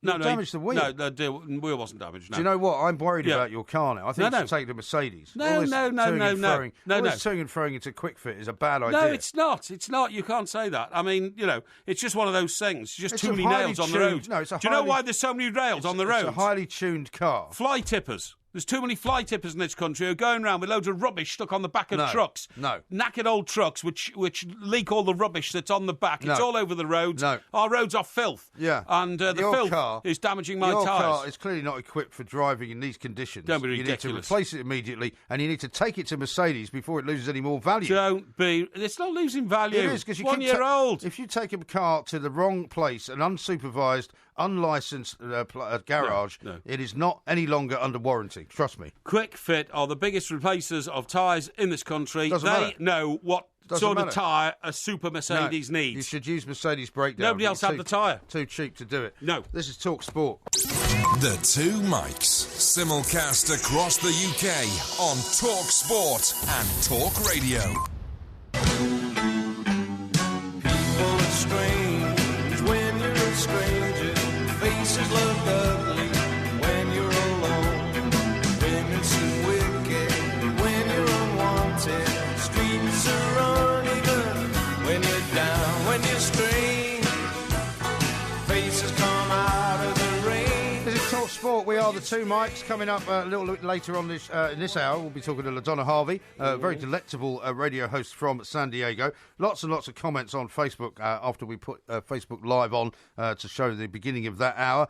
Tom says, what a lovely studio. On the radio, I had a mental picture of something less salubrious. And then he says, great show. He's a Crystal Palace fan. Yeah. Jeffrey says, crocodile tears. About the traffic warden. Not at all. Johnny says you can tell when he's telling porkies because you can look at him doing it. What? The more he lies, the bigger his forehead gets, says Liam. Leon says, does Porky live in Stockbroker Belt, Surrey, by any chance? Yes. I'm unsure. I've never heard him say it before. Oh, right, OK. We'll keep listening. Yeah. And you'll get the drift. Okay. Lots of very complimentary sort of tweets generally about us putting it on Facebook Live. Excellent. Gavin says, good morning from Thailand. Sitting at my desk watching you guys live. Good job, I'm the business owner. Yeah. Good morning from Devon, lad, says Richard. Who are you? Who are you? Thanks for all the laughs. Yeah. Nicholas says, how many times does Porky say Stockbroker Belt Surrey in each show? Yes, yeah. Well, just let people know, the location. To keep people out of there, really, to be honest. Here's a great one from Michael. He says, "Good morning, boys. Sitting here with my 2-year-old daughter, Violet, watching you live. Every time she sees Porky, she shouts, plank."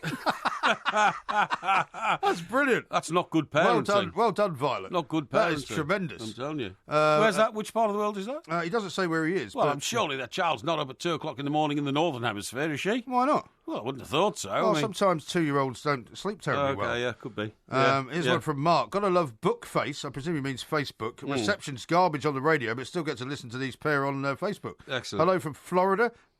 Matthew's listening from Hawaii. Which is great. Love it. Willie's in New York. I mean, there's lots and lots of people here listening all over the world, which is tremendous. Well, thank you. And if you have missed that particular Facebook Live broadcast, don't worry, we'll be doing more and more as time goes on. Yes. We've been doing some on Periscope as well. We haven't quite decided really whether we want to keep alternating. Yes. Now, I've got another text here from the texter who refuses to give his name, who seems convinced that we're ignoring him. But I read his last text out. I'll read another one out. MG says it's a little harsh to refer to a listener as paranoid. Yes. Well, I don't think so. You say this. I was simply making an observation that you put Twitter users before text. I listen regular, so I know. Listen, as I've said to you, I've now read out 2 of your texts without a name. Normally, if you don't put a name on it, I don't read it out anyway. You don't read it out. And the reason that we read more tweets out than texts is because we get a lot more tweets That's than right. texts. Of course we do. Because very few people now text in. Now, old Mark Donaldson, who says he's not a friend of mine, but yet is anxious to put out pictures showing how close he is to me, you know. Well, I'm not sure if he's anxious to do that. Oh, I very think he's anxious. just trying to be, all-encompassing. Yeah, and then we get a response to the one from the Great North Run, and some oaf called Peter says, everyone except Porky has had the decency to shower and change in that Great North Run photo. Yes. You grotesque slob. Danta doesn't seem to mind. Yeah. Danta's just looking a little bit weird to me in that picture. Why has he got his hands on your shoulders? I don't know. Can I just remind you, Peter, that I was the only one who actually did the run, you fool. The rest of them were all in the production team. They were at the finishing line. What are you, the king of Siam? You run with the production team? No, the production team were at the finishing line waiting for me to get over the line, including Peter Beardsley, including Ian Danter, including Mark Donaldson. I was the only guy who actually put one foot in front of another. I didn't know that any of them had any medical expertise. For 13 miles and got through. So, of course, I hadn't yet been in the shower. I just got over the line. Yeah. You dumb cough. Ian says this, Porky, I think you should invest in some run-flat tyres, which I said to you the other night, actually. Yeah. Well, and Carl says, wrong tyres on an E-Class coupe, quick fit, shocking. Benz, no cars. You want the best, then go to the best. Yeah. You are crazy, Mr. Porky. No, I'm not crazy. But anyway, look, that was, the fact that we were live should not obscure the message, and the message is that if you get a parking ticket, and if you think you've been treated unfairly and harshly, you must pursue it doggedly to the end. Well, I may be wrong about this, but it may be different in 2 different countries. I seem to remember maybe there is a difference between Scotland and England, because in Scotland I think there's an independent arbitration panel that you appeal to, rather than the actual local council who've given you the ticket. No, it's all here. I've told you the story when I was in Edinburgh, and we used to have, the radio station used to have cars. Yes. The reporters all had cars, who were constantly getting tickets, and I got them off all of them. Absolutely every single one. Yes. Now, JPK is casting some aspersions over your story about the traffic warden. Oh, yes. He says, started crying. Are there any independent witnesses of this specious-sounding scenario? No, There's frankly more evidence of Jesus than this. No, because I wouldn't want to embarrass the chap. But he was literally reduced to emotional, breakdown. He must have had a very hard day the day Seems before. unlikely. And the first time that he hadn't had a ticket on the following day, which of course was Tuesday, poor guy's made a terrible gaffe and issued a completely unjustified ticket. Dazza says, Simple was as the that. crying traffic warden Blakey off the buses after that impression?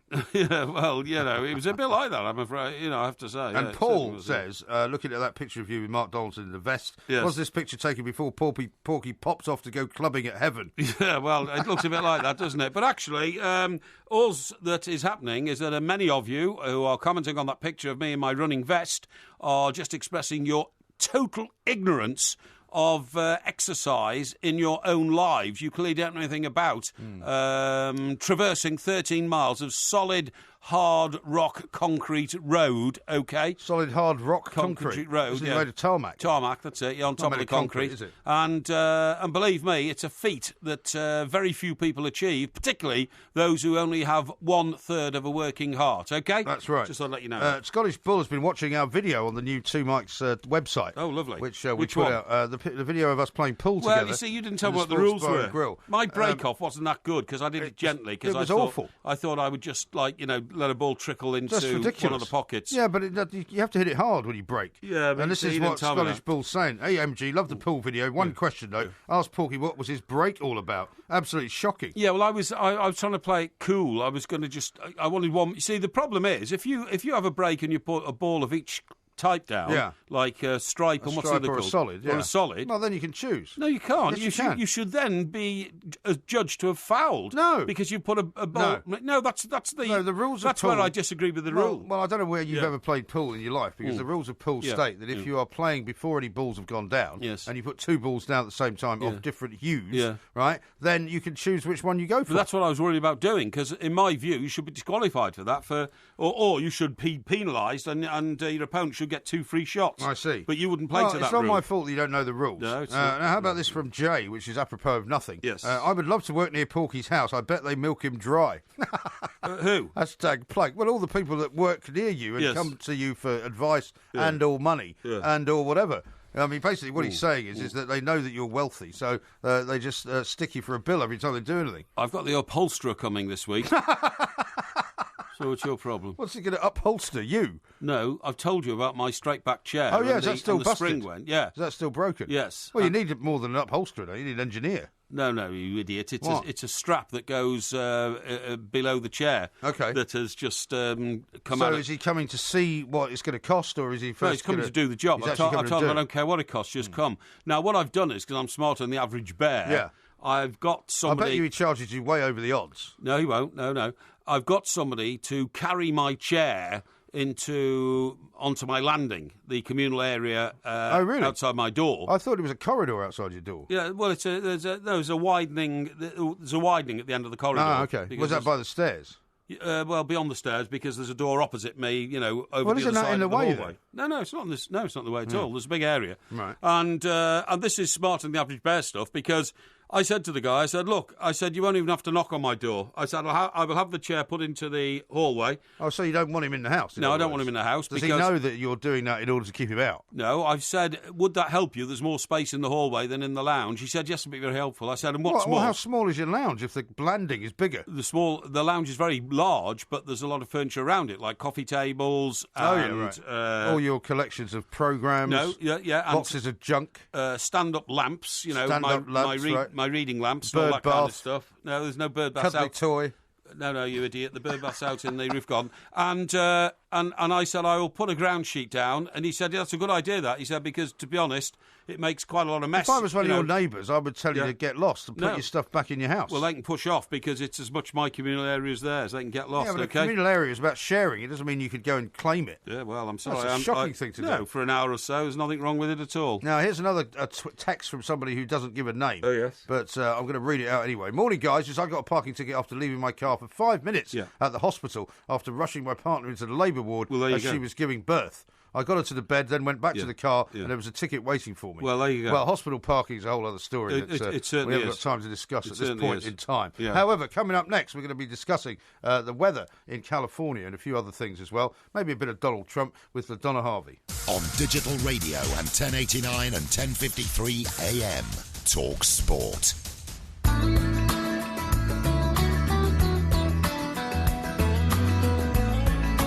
Walking round the room singing stormy weather at 57 Mount Pleasant Street.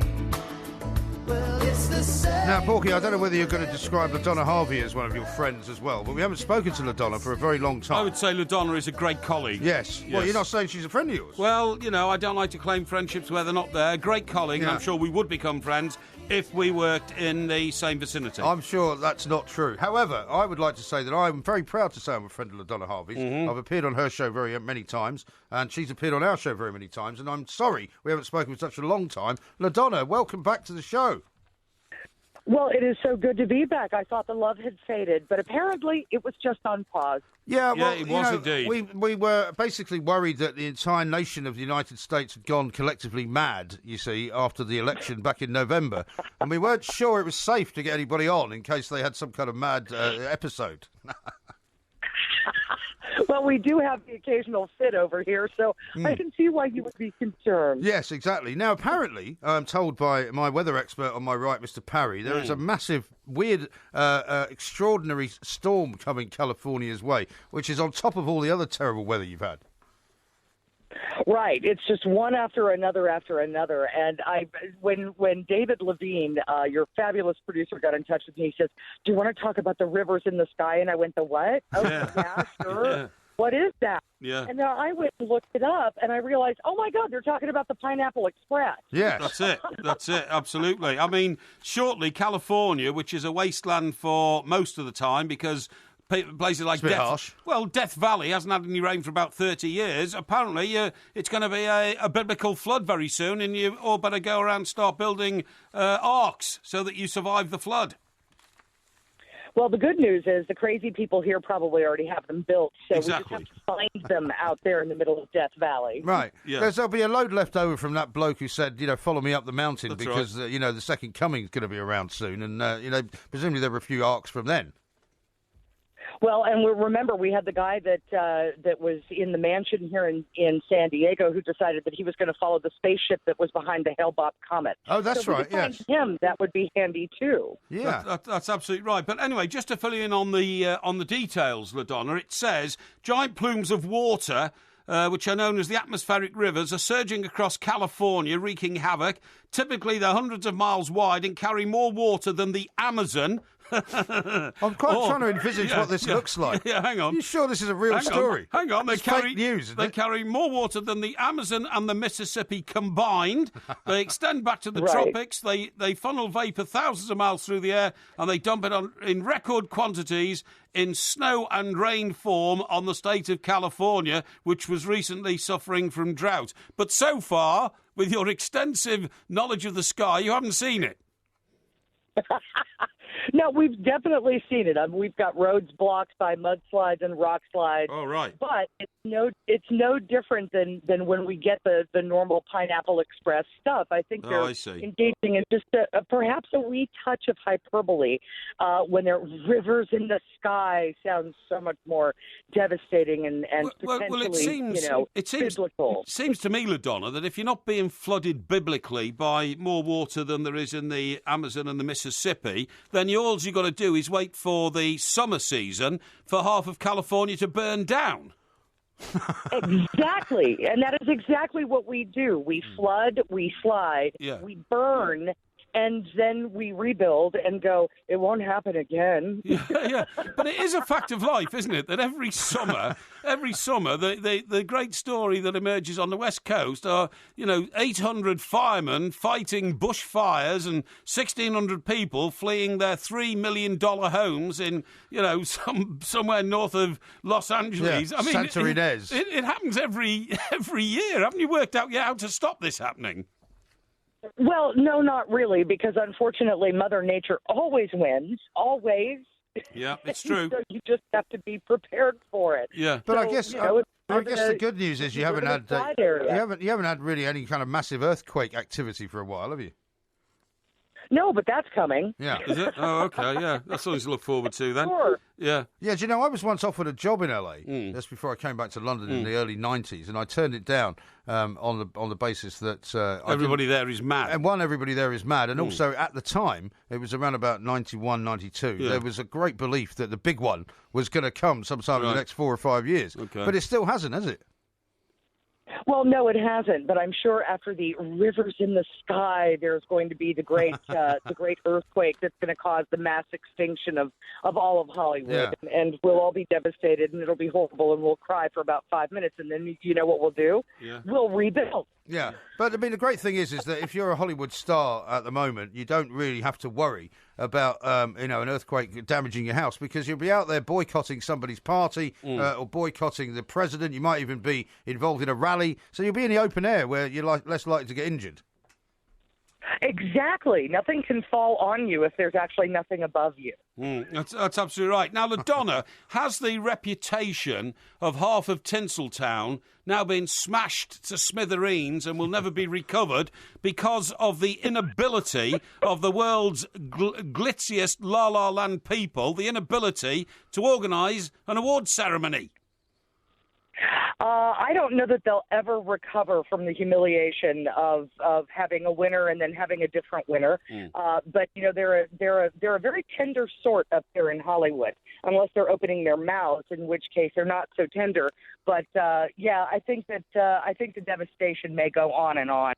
Well, I think it will, because... Well, they've now fired or said that these two guys from PricewaterhouseCoopers will never darken the door of the Oscars again. The two characters. They never will. One of them was very senior. He was chairman of PricewaterhouseCoopers in America. Yeah. I mean, you can't get much higher than that. But the guy I felt most sorry for, LaDonna, and you may have come across him during the course of your glittering career many times, was old... what's his name? The actor? Warren Beatty. Warren Beatty. I mean, he's getting nearly to 80. He's the world's most famous lover, I suppose, or the most famous Lothario. Yeah, Lothario, whatever. And suddenly he's humiliated in front of Faye Dunaway, the woman with whom he shot to fame in Bonnie and Clyde. I mean, will he ever recover? I don't know that he will. Mostly, I don't know that he'll recover from being next to Faye Dunaway. They hate each other's guts. Really? I have to say, watching the clip over and over again, he doesn't look as if he knows where he is, to be honest. Well, I'm not sure either one of them does. And they fought apparently for about 20 minutes over who was going to get to announce the winner. Yeah. There's karma for you. Apparently, LaDonna, when they made Bonnie and Clyde, which was nearly 50 years ago, he objected strenuously to the idea that they were double billed as the two stars. He wanted it to be Warren Beatty and they Faye Dunaway below him, but she insisted that they had equal billing, even though she was unknown. Did she not end up below him anyway? Probably. And apparently they've never recovered from that spat. No, they have fought since then. They don't like each other. I don't know why they put those two people on the stage together. But that happens a lot in Hollywood. Yeah. Well, they've got a lot of distractions at the moment. Tell me, if now that you're, but not now that you're in San Diego, if you've got a fairly strong pair of binoculars or a telescope, can you see from where you are the good folks of the Trump White House building the wall, or is it not started yet? No, that has not started yet, and considering we already have a fence, I doubt they'll start here. Well, that's the point, isn't it? I mean, all these people who are getting up in arms about the fact that Trump wants to build a wall, isn't it disgraceful? They don't seem to be aware that there's already a fence that keeps people out. Yes, it ostensibly keeps people out, but the funny thing about building walls and fences is they have diggers and they can go underneath and they have ladders. So you build a 10-foot wall and they put up a 12-foot ladder. Yeah, or dig a tunnel underneath and lead donkeys through the tunnels, carrying all the supplies into... Why would they be donkeys? Well, because they do. The donkeys carry all the supplies. It's not Mexicans. It's not patronising. You're saying that because they're Mexican. I'm not at all. I'm basing it on my experience of what they do in the Middle East between Lebanon and... They have donkeys in the Middle East? And Israel. Yeah, of course they do. LaDonna, let me ask you this, please. Normally speaking, by now, when a new president has entered the White House, we've had some great announcement from the First Lady about all the charitable ventures that she's going to get involved in over the next 4 years. Melania. I don't seem to have heard that from the new First Lady.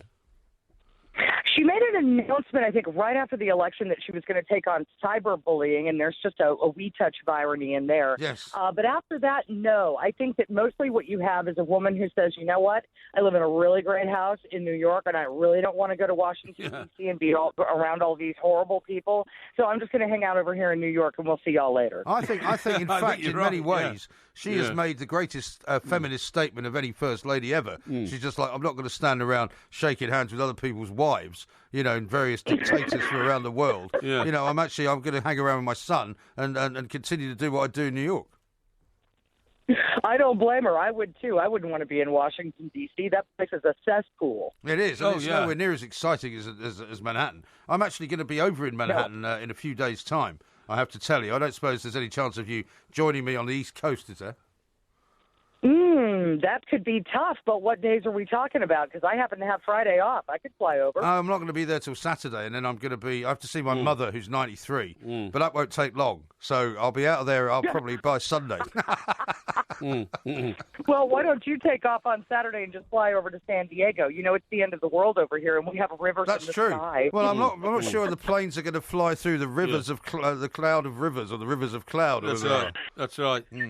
Absolutely. Maybe some other time. Yeah, exactly. LaDonna, well done there. You batted him off brilliantly. You wouldn't want to meet this guy for lunch in San Diego, Manhattan, or anywhere else. Believe me, man's a slob. Thank you very much indeed. Well, listen, LaDonna, it's been delightful to talk to you. Yeah. And we must do this more often, frankly. Indeed. I would love to. All right. And if you know, the rivers of whatever it is, water, the Mississippi River and the Amazon River coming down on the top of you, just let us know. We'll airlift you out. Absolutely. LaDonna Harvey there. Fine woman. Has she got an infective laugh, hasn't she? Very infectious. Beautiful. Infectious laugh. I think is what you're looking for. Exactly, now, Thomas has sent a very good picture here. Okay. MG, can you spot the resemblance with the man in the vest, Porky, and this bloke? And he sent a picture of Rab C. Nesbitt.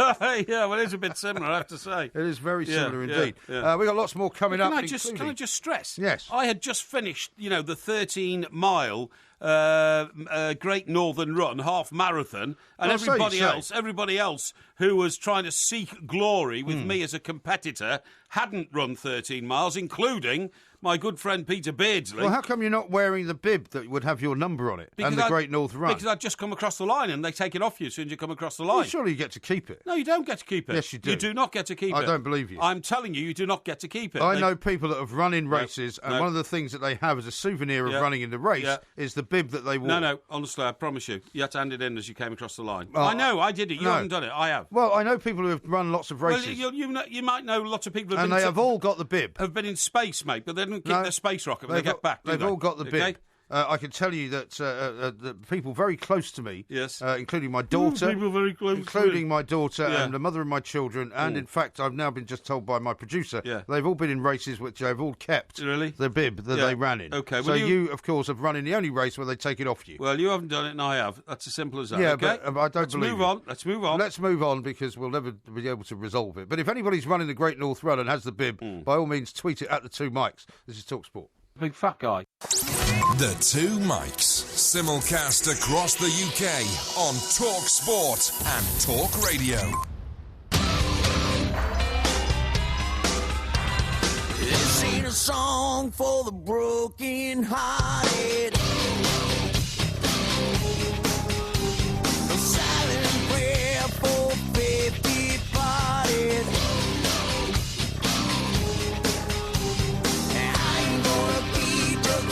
In the crowd, you're gonna hear my voice when I shout it out loud. It's my life, it's now or never. This is a great song, right? Whether you like John Bon Jovi or not, you have to say. Well, I like John Bon Jovi. That's a great song. What's it called? It's My Life. It's My Life. Brilliant. Yeah, it's just one of those songs that whenever you hear it, it makes you feel good. I totally agree. I got a bit confused there because that is a great song. But I asked Sam, our head production honcho tonight, for Little Pink Houses. It's a bit harsh. And what about Levine? Oh, well, he's the overlord. Oh, he's the overlord? Yeah, he's the overlord. Yeah. Well saved. He doesn't actually get his fingers dirty, if you see what I mean. No, of course not, no. And I went to see Sam, who was a younger man than me, and I said, give us a bit of Little Pink Houses, you know, and he looked at me mystified. Yes. And, well, Sam's quite young, you see, so he's never heard of that song. And I'm thinking, what's wrong with you? Don't you know that, John Bon Jovi made a record called Little Pink Houses? Yes. And that of course he didn't. Video that went with it showed John Bon Jovi prancing through a wheat field in Midwest America. Do you remember? Just after he got married to his second wife. Yes. And strumming his guitar. A strange guy, the guy who did it. I'm not going to give his name away yet because obviously that will come at the end of the story. Yes. The problem was, of course, it was a John who did all that, but it was John Cougar Mellencamp. It was. Who not started John Bon Jovi. off as John Cougar. Yeah, that's right. Yeah. And who then decided that his record company had called him that name to make him sound more kind of, trendy. He then decided he didn't like John Cougar. Yeah. And he said, I want to get back to John Mellencamp. Yes. And the record company said, well, you can't do that because nobody will know who you are. Worldwide brand is Cougar. So he then went to John Cougar Mellencamp. That's right. And he's now gone completely back to John Mellencamp. That's right, yeah. But then didn't he marry a member of the band that used to support him, one of the backup singers? I'm not sure. Yeah, I think he did. I'm not sure. And then he made this I quite video. like John Cougar Mellencamp. Oh, I do. Well. I like his record. Little Pink Houses was great. Yeah. Ain't this America? Yeah, that's something to see. So have you got some John Bon Jovi at home then? No. I've got John Cougar Mellencamp. Right. Yeah, but I've never played it for 20 years. Why haven't you got John Bon Jovi? I don't know. I like John Bon Jovi, but, you haven't got time to listen to everything, have you? That's true. This is so why are you playing it then? Because it's his 55th birthday. 55. So I thought we would pay tribute to... He did a big... did he not do a big show? John Bon Jovi, rock singer, Living on a Prayer, apparently was one of his famous ones. Living on a Prayer, yes, that's another one. Which was 1986, so that was our era back in America. When you say our era... Yes. I mean, why is this not our era? Well, it is our era, but I mean... why do you refer to it as if it was something that was golden in the past, which is no longer golden? Well, it was our American era, put it that way. I don't regard my life as being made up of eras. Oh, mine's definitely I'm going to be era for the rest of time. No, so therefore, mine is definitely I live in one era, which is my life. It's my life. Get it? I'm just trying to think of the Beatles song that got that title in it. It's My Life. The Day in the Life, you're thinking of? No, I'm not thinking of A Day in the Life. No, I'm thinking... anyway, it doesn't matter. It's a In McCartney My Life? song. In My Life. In My Life. Thank you very much. I've loved them all. Yeah, that's right. You see, you wouldn't get the quiz, would you? I would, yeah. I'm going to give you that quiz at some point. Anyway, just to get back to what we're talking about. Yes. What we were talking about is the situation regarding... Oh, here we go. Look, before you do that, Yes. Des has sent me this. Porky, you do spout some nonsense. My daughter has her top and number from her last 2 Great North runs. Really? Who would want yours after you'd used it? Well, somebody nicked it, I'm telling you. You said they took it off you. Well, I never took it home. I gave somebody, asked me for it, and I gave it to them. I don't know who it was. You gave it to someone? Yeah, I did. Yeah. Seriously, seriously, yeah. You'd want that. Now then, what I was talking to you, and a lot of response to the parking ticket scandal, and as you quite rightly say, a lot of them from hospitals where people are most vulnerable. Because if you're dropping somebody off who's desperately ill, and you say I've got to see them inside myself, you come back and find a parking ticket on your car. That is a scandal and a disgrace of enormous proportions. Well, one of the problems that there used to be at the Conquest Hospital down in Hastings, where one of my kids used to go quite a bit in the early stages of his life, was that they had a parking machine. But, of course, you don't know how long you're going to be there. No, you don't. Yeah, absolutely you're taking somebody into hospital. And, by the way, you'd have to go in with a bag of coins, the weight of a bag of turnips. And there's nowhere in the hospital to get change, right? There's no change machine. I mean, it may have changed now. This was a few years ago. There was no way of paying by any other means apart from loads and loads of coins. Yeah. And there was no way of putting enough money in over a period of time. Like 4 or 5 hours. True. It's so if you had to be there overnight or, whatever, it was nonsense. And also, of course, in Scotland, I actually campaigned when I was at the radio station there to get nurses to get free parking in hospitals in Scotland because they used to charge nurses. Yeah. And nurses who get paid little enough would sometimes come out after doing an extra shift or extra hours to find they got a parking ticket. No, I totally agree with you. Shameful. Totally agree. Listen, I'm getting a bit of speculation here on social media that Roy Hodgson will now start ringing up Barcelona. No, he might do. And telling them he's available. Yeah. Well, he might think it's his kind of club. Well, that's right. I still can't. I mean, I listened to some of the TalkSport output. Yeah, he will actually. You're absolutely right. It's a purist Yeah. club. I'm a football man. I read philosophy. I read Karl Marx. I read Janitza. Oh yeah, Danitza was it? The German guy. Danitza. Yeah. Who's Danitza? Oh look, there's a thing on TV right now of the guy using that car cage. Remember that thing you said was advertised the other day? What was that? Sorry. The guy that uses the car cage to get out of the car. Oh yeah. They're advertising. You stick this handle in the door. Oh, that's how it works. Only $14.99. Now there's a bloke walking around the house with a torch. I'm quite sure what that's going to do with it. Oh, you got a handy torch with it. Here you go. Oh, here you go. Here he goes. Oh, I see. That's how you get out. Oh, I got it, yeah. It looks quite good, doesn't it? Yeah, but it's for, sort of old knackered people, isn't it? No, it is, isn't it? Well, you'll be one of them soon. Yeah, well, I suppose we all will one day. I don't need one yet, thank you very much indeed. They've got a very nice young lady advertising it. I don't know why. I get out of a low-slung car. Yes. Well, if you get this other sports car that you're hinting at, you'll need more than a cane to get out of it. Yes, You'll need a couple of people to pull you out of it, I think. No. I will cope admirably. Don't worry about that. Yeah. Now, here's one from Jerry. It says, I spoke with my tyre expert who said thin tyres are prone to having inflation problems based on the weight of the passengers. Yes. Well, I haven't got a problem with my weight. Possible. Don't worry about that. Well, that's good. I'm glad to hear that. No, exactly. Anyway, you were in the middle of telling me something, about Roy Hodgson. No, I was saying, do you not think that Roy Hodgson will try and make a bid to become the next Barcelona manager on the basis that he has international experience and claims he had some very successful seasons at, was it Inter or AC Milan? Well, Inter Milan. Well, this was the thing. I mean, we started this all last night with Warren Barton because all day yesterday on TalkSport, I was hearing people giving their various testimonials for Roy Hodgson. Yes. And what a great person he was and how well he'd done. Yes. And in fact, your mate Danny Murphy apparently speaks very highly of him from when he was at Fulham. Yes, he does, and when he was at Liverpool and all this. Yeah. And so, the kind of what I call recreation of Roy Hodgson is well underway. Yeah, of course. And I said this to Warren Barton last night. You know, the idea that the football business kind of collects around people and doesn't like to upset people. Yeah. You know, I'm sure they're entitled to do it. Do you know what? I wish they wouldn't. I saw a talk with Roy Hodgson today, and I'm assuming it was material from some, I don't know, some time after he left the England job. Yeah. I don't think it was an interview today. I think it was. Because I don't think he's given any, has he? I don't. But this was certainly after he left the England job, and I haven't seen many interviews from him. But he actually said. And he emphasised 4 times with 4 different words, I've still got the energy, I've still got the enthusiasm. No, seriously, I've still got the passion, I've still got the desire. And he used those 4 words, energy, passion, desire, enthusiasm. Right. What he didn't say was, I've still got the winning mentality. Well, I mean, I've still got my track record, because he hasn't. No. He hasn't, I'm afraid. Well, he can't possibly have a winning mentality so long as he's won anything. No, exactly. And also... I'm not being unkind to Mr. Hodgson. No, of course not. He's 70, isn't he? He's about to be 70. About to be 70. That's absolutely right.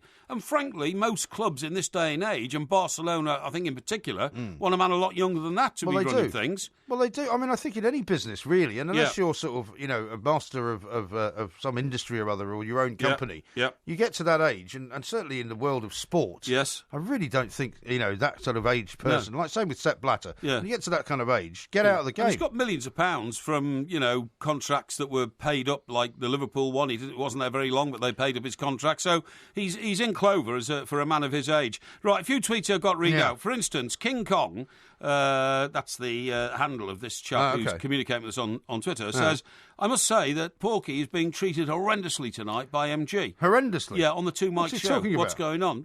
You're being overbearing and Has he ever listened to this show? And talking over me. Has he ever listened to this show? Trying to put me down. Why are you going into victim mode? But you're failing. You're failing to put me down. Another one from Guna Chims, who says, Las Palmas play one of best football in La Liga. Why are you reading it in Japanese? Because I think it's come from Spain. They are a small team. Show respect, Porky. And then Harry says, I can confirm I've never been to a 2 Mics live show, and yet I've had tweets read out before on the 2 Mics show. Regularly. Actually, they are good guys. We haven't heard from the mysterious texter, by the way, who hasn't texted back after I've read out 2 of his texts, even though he hasn't actually given me his name. Here's one from Leon, who says, Porky's a trustworthy bloke. It's shocking. I tell him to stick his chair. He's talking about you making the guy work outside in the in the landing. And as Jay says, as I said, the bloke will milk Porky for twice the price to fix his chair. I'm no mug. No, I know that. Absolutely right. Now, I've got quite a lot of tweets here to read out. A couple of people in backing up our claim that we also read loads of tweets out from people that we've never met. Ben says this, I live in Singapore, so I haven't had the pleasure of attending your show yet, but you have read my tweets before. And Jez says the same. I've also had various tweets read out, and I haven't been to a 2 Mics live show yet. He puts in capital letters. Well, let's hope you get to one soon. Right. And James says, looking at Bale's red card earlier, it looked like he did it on purpose. Do you know why he'd do that? Well, you mean to try and get him sent off and get a ban out the way for some reason? Well, I don't know, really. I mean, presumably. I mean, here's an interesting question for you. Do you remember we were talking on Saturday? Was it Saturday or Sunday when we were doing one of the shows at the weekend? About how Dele Alli's ban will not kick in until next season's European fixtures. Yes. Whereas last night, Huddersfield's manager was not allowed onto the pitch side, was he? Because he was serving a ban for having a ruck with another coach with Gary Monk from Leeds. That's right, but wasn't that a championship game? Yeah, it was. So I suppose why would it carry? What I'm saying is that I know what the logic's going to be. It's going to be, well, it's all part of the Football League scenario. No, I'll tell you what that is. I mean, if you get a ban in the Football League, if that carries on into the FA Cup, then why wouldn't the Champions League carry on into the FA Cup? I'll tell you exactly why. Because both those competitions play to the code of the Football Association. Yeah. But the European competition played to the code of UEFA. Yes. So it seems they should fix that, though, you'd think that FIFA is the umbrella body, would sort of regulate all organisations for the bans to apply. I mean, for instance... So what I'm saying is Gareth Bale, I don't know what his yellow card scenario was up to now, but he'll now be banned for presumably the next game at least. for Real Madrid in La Liga. It'd be one game, wouldn't it, for 2 yellow cards? In La Liga. But that's right. But it's not going to affect the Champions League, is it? No, it's not going to affect the Champions League. And you're absolutely right, really, because if a player here gets banned for 10 games, for an outrageous tackle, or even if Joey Barton gets... well, like when Suarez got the ban. Yeah, Suarez got the ban, that's right, yeah. Or even if Joey Barton gets banned because of those allegations about betting regulation violations, that will be worldwide. FIFA insists that any member association imposes a ban on the players playing is imposed worldwide. But that's outside of a red card, though, right? Presumably. That's a disciplinary action imposed by the association of that country, is instituted worldwide. Yeah. Right. So I don't know why the ban doesn't apply in domestic games. It's strange. You're right. I find that a bit odd, really. Yeah. Now, listen, I want to talk to you about living in a mud hut, OK? Living in a mud hut? Yeah. Or is this another idea you want to try and follow up? It's not an idea I want to follow up, but I've come across a couple who have actually done it. They wanted a lifestyle change, so they decided to go back to Mother Earth and all this. Oh, is this sort of Good Life types? Good Life types, but a bit more advanced than that. In the Good Life series on television, starring... what's her name? Richard Bryce. Richard Bryce and the very attractive lady. Felicity Kendall. Felicity Kendall, that's right, yeah. And when they went Good Life, like in Surbiton, where it was supposed to be based, all they did was turn their back garden into like a veg farm and all that kind of stuff. Yeah, and they had animals. They had a pig, they did, all of that kind of stuff. What happened with this couple is, this couple, Kate and Alan Burrows, they simply constructed a 9-foot-high circular hut in a tranquil valley in the heart of the English countryside after deciding that they were going back to Mother Earth. They made the move from a rented end-of-terrace townhouse because Mrs. Burrows suddenly decided she had an allergy to modern life. Right. Now, that could mean that, you use sprays and things in the house and all, and you get blisters and all that. Right. She decided to go back to like living... the boy in a bubble. Yeah, that's right, yeah. So what they do is they go to the Tarka Valley in Devon. Right. Must say, I've never been to the Tarka Valley. Yeah. Sounds like the Becker Valley. Yeah, that's right. It's probably a bit more tranquil. Tarka. And they literally build a mud hut. They put together a dwelling which has turf over the roof, to make it completely ecologically sound. Yes. They put planks on the roof and then put grass and turf So was over this on a piece of land that they owned or something? Well, this is the point. It's a bit of common land, right? Well, they can't do that, can they? What? They can't do that, can they? Well, this is the whole point. They didn't seem to be bothering anybody anyway. No, I'm sorry, I've got it wrong. They bought the land near a town called Chumley 10 years ago. I was going to say, because you'd have to be building on your own land. Yeah, exactly. And then it took 6 weeks for Mr. and Mrs. Burrows to build the wooden frame, cover it with clay and straw, along the lines of wattle and daub from the Middle Ages, okay? Right. Line the walls with lime mortar and turf the roof.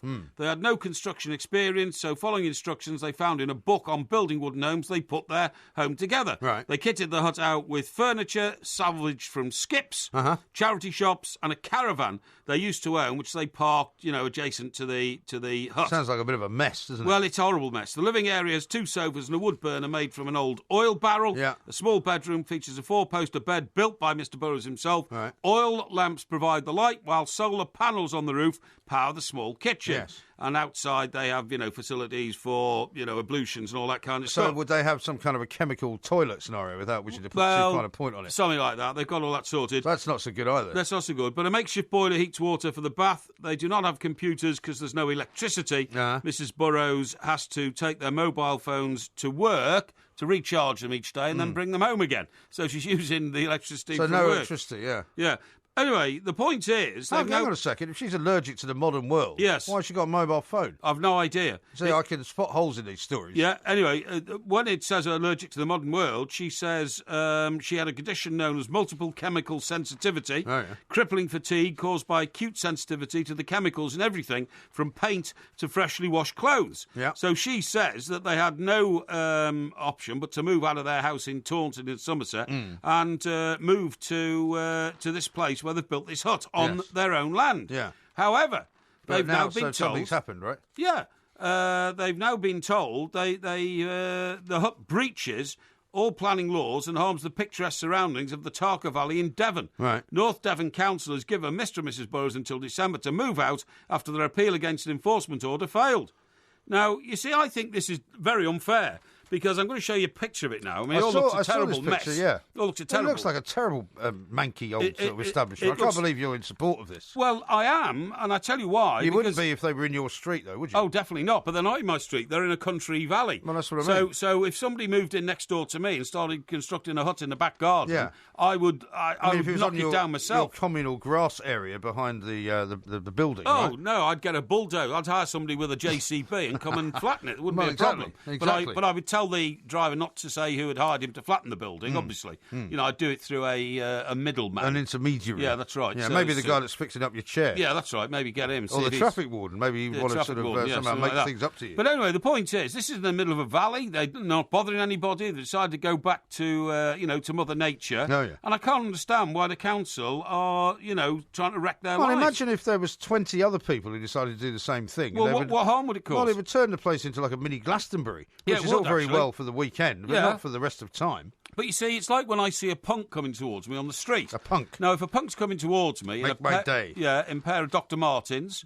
and, weird sort of Levi jeans cut down to his knees or something like that. Cut down to his knees? Yeah. And sort of a punk would wear cut-off knee Levi's. Well, they do, some of them, don't they? And then his hair looked like that rather ridiculous darts player who changes his hair every time he plays. Eh? Mohawk, whatever his name is, yeah. No, that's not his name, that's the name what you give his hair. Oh, I see, the hair. Now, if I saw a guy walking towards me like that, I would say... that is not the sort of way that I'd present myself to life. But if that guy feels he wants to express himself by doing that, and he's a decent member of society, and he doesn't live off my taxes, and he actually... Well, of course he lives off your taxes. Well, how do you know? Well, because he might have a job. Well, he might have a job. Yeah. But he's living off your taxes nonetheless. Yeah. But anyway, the point is, I'm all for self-expression and the independence of the individual. I do not like the state getting heavy-handed with people. If somebody wants to live in a mud hut, much as I find it repulsive you've in already terms said. of... you would expect hygiene, all that kind of stuff. But you would expect the state to defend your right to kick the person off your property. If it was on my property, I would, but it's not. It's on their property. I'm amazed that you've taken sides with the filthy beggars who are living in this ghastly, horrible way. I have to say, I do find it I don't know what's happened to you. Grubby sort of lifestyle, but...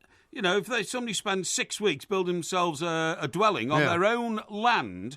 what right has any authority to come along and say, no, we're not having it, you can't have it? Because they may have specific rules and regulations about land use, about, they have. The fact that their irrigation systems... I would tell them to get lost. And their sewage systems are not right. I mean, it sounds to me like an awful, awful thing. This is a situation where you'd find me on the roof with a bow and arrow telling the you would, telling the planning authorities, don't come any the closer. last of the great hippies. I can't really see that, to be honest. But we got lots more to do. We're going to talk about the FA Cup coming up. Also, I'm going to be telling you about how the Porky Jinx has already hit some food companies. Oh, really? Vis-a-vis the Porky Scratchings launch, which is coming up next week. It certainly is. Yeah, this is Talk Sport. The Two Mikes, simulcast across the UK on Talk Sport and Talk Radio. The FA Cup on Talk Sport with TradePoint. Trade brands, trade prices. Or at least under him. That's right, They won 5-1 against Huddersfield, which is pretty much all was on the card. Yeah. And just to remind you, that takes them into the next round to play against Certainly Middlesbrough on Saturday, March the 11th. That's right. Which will be the early kick-off. Will. Arsenal-Lincoln is the other one. Tottenham-Millwall on the Sunday. and then Chelsea-Man United. That's right, absolutely. On the Monday, actually. So it's spread across the whole weekend. The revised draw, yeah. Look, it always gets exciting, I think, when it gets down to the quarterfinals, because, of course, next step is Wembley, isn't it, for the semis? A lot of people don't like the semis to be at Wembley, but the fact is they are. Well, they are. And they've become part of the footballing calendar. Well, I mean, you have to say Lincoln are going to love that, aren't they? Oh, if absolutely. If they can get through past Arsenal. Well, that would be like their cup final. Yeah, it would be like their cup final. They wouldn't care if they didn't get to the final. No, I agree. But the problem is, how many fans could they take to Wembley? For a semi-final. Well, they took a lot of fans to Burnley. Probably. I think they took 8,000 to Burnley. Yeah, but I mean... And they wanted to take more. To fill Wembley... But they weren't allowed to. To fill Wembley, you'd need 35,000 fans to fill your allocation I bet you they wouldn't be far off 25, because, I mean, we've seen the manager talking about how that's kind of, their success has not just rejuvenated the football club, it's rejuvenated the whole town. Oh, definitely. And the whole area of Lincoln. Yeah, I mean, half the town would go, literally, I mean, we've had those situations before when a little team gets to a big game and the town is deserted on the day, and the statistics come in later, and you find that, blimey, 80% of the town disappeared and went to the game. Yeah, right. Now, what did you make of their manager, Huddersfield Town's manager? Because I was listening to... he was in a bit of a spat, wasn't he? Danny Higginbotham. Well, he was the guy that got in the fight with Gary Monk. That's right, yeah. But his name is Wagner. Wagner. You know, as in the great composer. As in the great composer. And I believe go on, name a Wagner classic. Go on. Wagner classic. Did he not do Flight of the Valkyries? No, he did Die Flighthouse, didn't he? Did he? Yeah. Okay. Yeah. You say so. Yeah. I do, yeah. Right. But anyway, sorry, go on. Yeah, so the guy's name's Wagner. So it's David Wagner. David Wagner. But I was hearing Danny Higginbotham before the game. Yes. Was referred to as David Wagner. Oh, yes. And it sounded like Robert Wagner. And I wasn't sure if he was related to Robert Wagner. And he might have been an American, like another Bobcat Bob. But I believe that he hails from Germany. Oh, does he? Yeah. Oh, I didn't know that. Because I then heard him speak. Does he speak like Kloppy? Well, no, he's a German-American soccer coach, it says really? here. Yeah. So he's now in charge of Huddersfield. Right. But he's been in charge mostly of teams in Germany, including Eintracht Frankfurt, Mainz, Schalke. Sorry, that was him playing, I think. Yeah. No, he's managed Borussia Dortmund. Right. 2011 to 2015. Yeah, his first name's David, the anyway. Second team. So it's very English, isn't it? Yeah. Rather than, something like German, you know what I mean? He grew up in Germany, made his professional debut with Eintracht Frankfurt. Yeah. So there we are. Well, okay, that's great. But he seems to be doing a great job there. He does indeed. So I'm going to tell you now, right, from the quarterfinals, who's going through to the semis, okay? Yeah, okay, go on. So Saturday, March the 11th, Middlesbrough City, it's a 12:15 kick-off. Victory to Manchester City. Okay. That evening, Arsenal versus Lincoln. Absolute no doubt, a victory to Arsenal. So that's City and Arsenal. And then on the Sunday, Tottenham-Millwall, 2 o'clock game. Tottenham to go through without a shadow of a doubt. And then I've already stuck my nose out and said on Monday, March the 13th, the 7:45 game, the last of the quarter-finals, Manchester United will prevail over Chelsea. Well, that's quite a bold statement. So that's United, Tottenham, Arsenal, City, in my view. Okay, well, that's quite a good setup for the semi-finals, you'd have to say. TalkSport's bringing you full live commentary and covering every game of this season's FA Cup, of course, with Trade Point, trade brands, trade prices, trade only. The FA Cup on TalkSport with Trade Point, with 290 stores nationwide, open early till late, 7 days a week. Find your nearest counter at tradepoint.co.uk. Now, here are the two stories I want to tell you about, which have regard to the food business, which you're about to enter into, right? Okay, yeah. Would you like to tell us when the party is going on? Yes, the party's going on a week on Friday at Harry's Bar in Wigan, which is the location, as many people know, each year for the World Pie Eating Championships, okay? And it'll be from 5:30 till about 7:30. I'll be up there meeting and greeting. Okay. And, buying a few drinks, a few sherbets for a few people who are around. And we're going to, hopefully launch it big. And if you want to see the full details, please go onto the Two Mics website, which is twomics.co.uk. It is. Is that right? It is indeed. And there's a page there which explains all. Yeah. Now, I'm slightly worried about the Porky Jinx hitting the food business, right? Because two stories have come to my attention. Just as you're about to launch this new, delicious Porky scratchings type scenario. Now, apparently, the Walker's Crisp Factory in County Durham, as a result of you, or maybe not as a result of you launching your own brand, has decided to close their factory up there. At the end of the year, placing almost 400 jobs at risk. I thought it was something that they were considering. I didn't know the decision had been made. No, they have announced plans. The company who owns them is called PepsiCo from America, right? Okay. And they've said basically that it's an efficiency drive that it's conducting through its manufacturing. It seems a bit of a coincidence to me that you suddenly launch yourself into the food business. That's right. And suddenly, people are closing down factories. Well, no, the problem is they may well have decided that with the competition now from the Mike Porky Parry scratching. Well, I think that's exactly what it is. Business, they can't compete. Yeah. So they thought, well, we better cut our losses and close our factory now before Porky puts us out of business. Here's the quote. In order to improve the efficiency of our UK snacks manufacturing operations, we are proposing the closure of our factory at Peterlee. Yeah. And they're going to move the jobs and the operations to other factories. What, in this country or in abroad? this country, yeah. Our other facilities in the UK will handle the crisp production. I see. Now, Peterlee, you'll probably know better than me, will you? That's in Scotland, isn't it? No. Where is it? It's in County Durham. County Durham, that's right. It's near Scotland. Which is where you wanted to... What do you mean near Scotland? It's where you want to retire. Yeah, that's right. You know what's going on about how you love the place. That's right, I do, yes. You're absolutely right. And that seems a bit of a shame because obviously some of those north-eastern type towns are unemployment black spot sometimes. Well, the problem is 355 manufacturing jobs and a further 25 transport jobs. Yeah, you said it's not good. It's not good for a little town like Peterlee. Well, maybe you should have thought of this before you started launching into the food business. Well, I mean, you've got to remember that I am launching into the food business, but very much in the terms of my production unit. It's based in the northwest of England. It's based in Wigan, in a street which I can tell you is the closest thing you'll ever find to Coronation Street. Is that right? It's beautiful. Well, I'm looking forward to the place. pictures. Obviously, sadly, I won't be able to join you because I'll just have returned from the United States of America. Yeah. Well, you could join me if you wanted to. No, I can't. I've just got back from the States, having not seen my children for nearly a week. Okay. So I have to go and see them. You sure not got some sort of bladderation rendezvous no, when you get back? No. You have no idea how complicated my life is, do you? Okay. You know, I've got to go and see my mother and my sister, who I haven't seen for nearly a year. Okay. And I then have to see my kids, who I haven't seen for a week. Yes. You know, they don't like it when I don't see them very often. Anyway, my ambition is to smash through the north-south glass wall which separates the people in the south of England from having access to what I consider to be one of the world's great foods, and that is porky scratchings. Okay, now... Don't worry, folks. I'm bringing you your porky scratchings. Yeah, all right. I will invade the south with my porky scratchings. Calm down. Now, the other thing I want to talk to you about is these sausages, which are on the front page of a couple of the papers this morning, which are called Porky Lights. Yes. You might remember these were brought out. They have nothing to do with you, I presume. Nothing to do with me. They were brought out as the answer to all sausage lovers' fat problems, That's right? Because they were supposed to be particularly good on the cholesterol front. They were supposed to be much, much lighter in fat than all normal sausage. It now turns out actually, they're just as bad as everything else. They're just as fatty. You're absolutely right. Dieters reported putting on weight after eating them. Promoters Slimming World are now say tests show they are much higher in fat. Yeah. I mean, this is ludicrous. Hang on, let me tell you something. Much higher in fat than the packaging stated.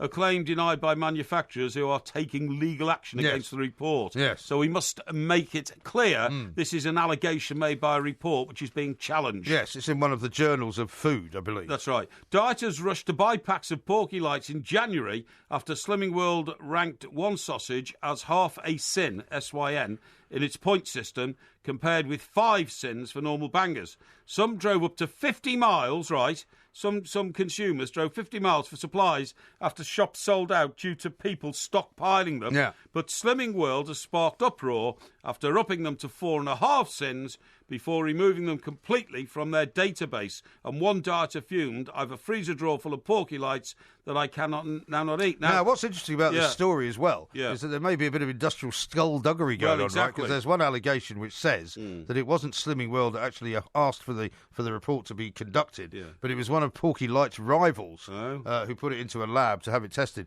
Whichever way round it goes, it's clearly going to be a story that runs and runs, isn't it? Can you imagine rival sausage companies? Oh, absolutely, having a go at each other. Well, it's a huge market, isn't it? Yeah. Slimming World claimed tests revealed the fat content was higher. Its food chef, Alison Brentall, said, we sent a batch of Porky Lights away for nutritional analysis as we felt concerned about the fatty texture. Analysis suggests the sausages are indeed much higher in fat than nutritional value. But let's make it absolutely clear that is being challenged by the company that produces them. Absolutely right. Yeah. Now, Porkyvision is coming up very soon. A couple of people have sent some information on Mr. Wagner for us. Right. Martin says Wagner was assistant to Klopp at Dortmund. And Nick says, I'm pretty sure Wagner is Jurgen Klopp's best friend. Pretty sure he was Klopp's best man at his wedding. So you never know. Very interesting. Which would possibly account for it. Très intéressant. In fact, he sent a picture here, which I presume is Jurgen Klopp's wedding. And with the guy with the cigar in his mouth may well be Mr. Wagner. Très intéressant. Or Herr Wagner. Yeah, Herr Wagner. To you. Right, coming up next is Porkyvision. Talk Sport on DAB Digital Radio and 1089 and 1053 AM. Freedom for sport. Can we kick it? Yes, we can. Talk Sport.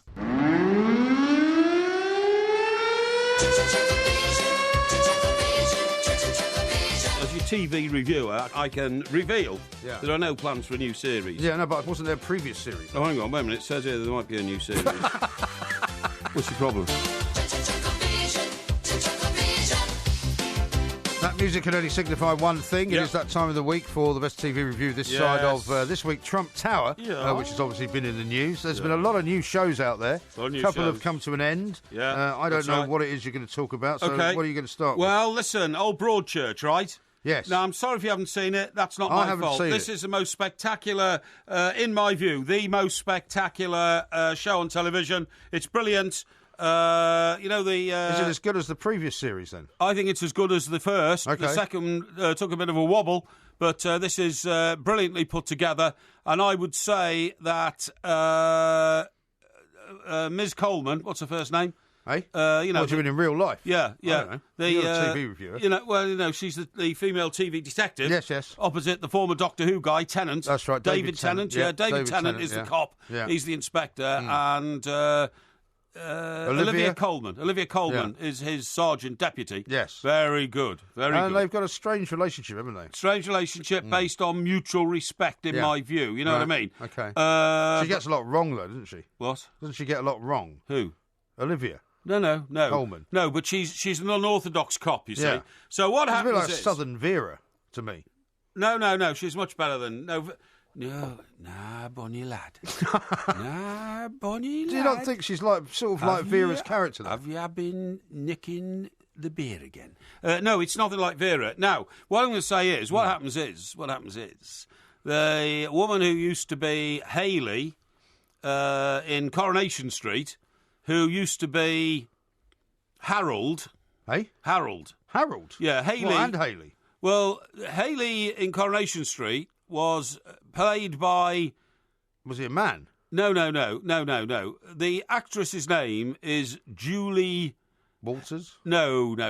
Hez... Andrews? No, just shut up, will you? Sorry. Trying to help you. TV actress... Well, you're not helping, you're hindering. Okay. The actress who played Hayley in Coronation Street... Julie Hesmondula. Hesmondula? Okay. Yeah, that's her name. It's an unusual name. Hey? Hesmondula. It is an unusual... What did I say her first name was? Julie Hezbollah. No, Hesmondula. Or something like that. Okay. Anyway, she is now in Broadchurch. Okay. In Coronation Street, although she played Hayley, Julie Hesmondula, she started off as Harold. She was the first example in British soap opera broadcasting of a transgender situation. So is she an actual actress then? Yeah, she's a female actress. Right. And she never appeared as a man in Coronation Street, but her history was that she'd had a sex change operation. Right. And she'd once been Harold. So Harold figure was never actually... Never. portrayed by anyone? Never. Never. Right, okay. Even when... So, I'm confused. So even when Roy, who runs Roy's Rolls... the cafe... Oh, very clever. Yeah, it's very clever. See what he did there. Even when he shot off to Holland to find her living on a boat on a canal in Amsterdam... Right. She was still Hayley. She was still Hayley? Yes. So she's in this new show then? Julie Hesmondula is in this new show, and what's your problem? It's a great name. Yeah. I'm sure it's not right. It is. I'm sure it is. Hesmondula. Yeah, that's her name. And she is a victim of a really savage sexual assault. Oh, God. And what happens is... Why do they have to always do it that? Why does it always have to be that? I don't know. And I felt a bit that myself. I thought this is going to be a bit unsavoury. But they do it so brilliantly well in Broadchurch, because what happens is she sort of, comes out of a sort of, a shock or a coma of 2 days, you know what I mean, after she's been attacked, and is found, sort of wandering and shocked and shivering and all that kind of stuff. Yeah, dazed, right. And she reports this terrible assault. And, of course, old Victoria Coleman, is that her name? Victoria Coleman, yeah. Coleman, what's her first name? Olivia, that's right, Olivia Coleman, yeah. She's very sympathetic, of course, because she's got a heart of gold, and she tries to get information out of it, because she's still as shocked and wandering around in days. But it all took place Wasn't she meant to be leaving or something? Who? Olivia Coleman? No, they weren't going to make another series. This is the third Broadchurch series. Right. It'll be the last. Is there still lots of nice views of West Bay? Yes, absolutely, and the big tall cliffs and all that kind of stuff. I told you I went there a couple of years ago. Yeah, you told me that, yeah. So anyway, the mystery's already about, because this woman got attacked at a house party. Oh, yeah. But the house doesn't belong to anybody. It's a country house that you can rent for events. Right. A bit like these swingers in Surrey, rent these houses. Was she a swinger? No, they're not swingers, no. I'm not sure. Well, maybe. Not sure. Yeah. They had a party, and she went off down near to the waterfall and then got smashed over the head with a rock. And, oops. Yeah. I mean, the only thing that I can say is a saving grace is that I'm assuming when I watch this on Friday, because I'm saving it for Friday. Right, okay. That I won't remember anything you've told me. No, okay, yeah, fine. But I tell you what is very odd is that she is portrayed, this Julie Hesmondula, who plays the victim, as a particularly plain and awkward woman. Do you see what I mean? Plain? Yes. What do you mean? Well, her hair's cut very short, and she doesn't wear makeup, and so what I'm saying is she looks as the sort of woman who wouldn't necessarily expect to be no woman should ever expect to be attacked. I see. But what I'm saying is that she looks as though she is a very unfortunate victim of a very unfortunate choice by a very nasty person to have attacked her. You see what I mean? I get it. Yeah. And you know, I'm sort of talking in riddles a little bit now. Yeah, but which is good. Yes, exactly. It's better to talk in riddles in these matters. So anyway, obviously the police pull out all the stops to try and get onto this investigation. I'm very impressed if it's close to real life. I'm very impressed with the way the police take these things so seriously. You know. Well, of course they do, but it's not close to real life, is it? It's fiction. Yeah, but I mean, it happens in real life, doesn't it? So anyway, and already you've got the telltale Broadchurch things where a taxi driver drives past and gives Tennant an evil stare. And Tennant gives him an evil stare. So you're supposed to think it's the taxi driver? Could it be the taxi driver? Yeah. Another bloke who's works. I remember an old episode of Frost, where a taxi driver was in that sort of arena. Yeah, they seem to get bad press, taxi drivers, in these crime dramas.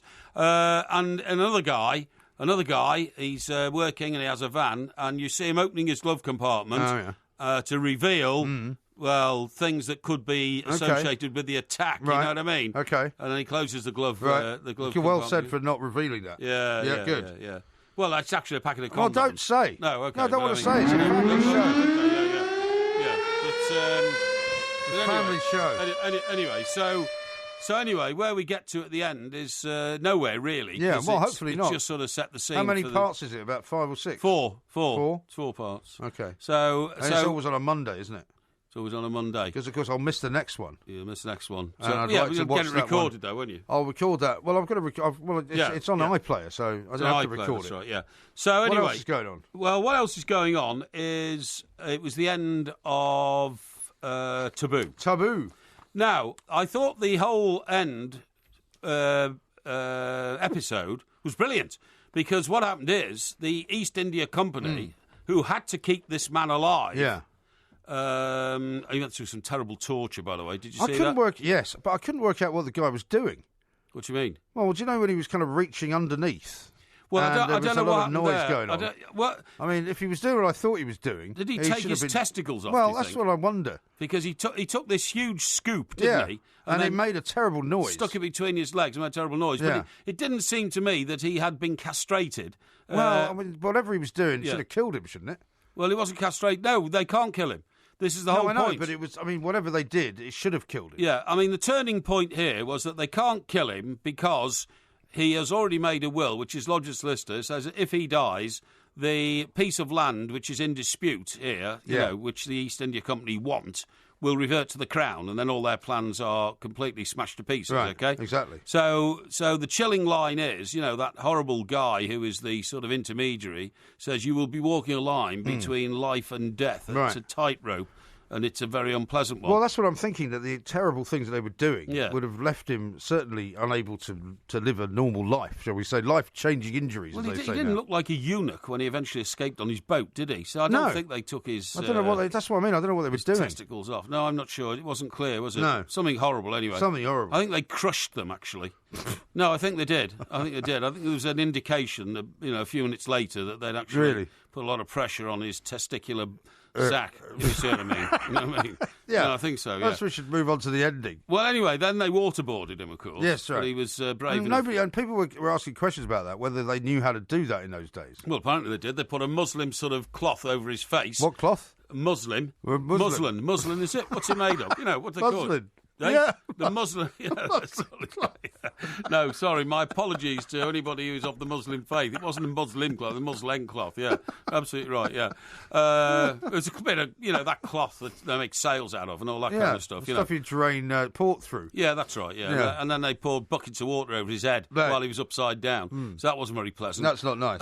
It's supposed to simulate drowning. Yes, that's right, yeah. But he got through all that, and then he got out, and then for some unknown reason, they all changed their mind, and the Crown Prince, who can actually overrule the East India Company, said, I think we should kill him now. Well, if they'd decided that, at the start of the series... They would have saved a lot of time. There wouldn't have been a taboo series at all. Well, I suppose you might not want to say exactly what happens at the end, in case some people haven't watched that yet. No, don't worry. What they do then is they invade his yard, his boat yard, where he's bought he's made the Crown give him a new boat to get away with. He's blackmailed them. Right. Well, he demanded it, didn't he? He demanded it in exchange for the information that they require to find out who stole all the gunpowder.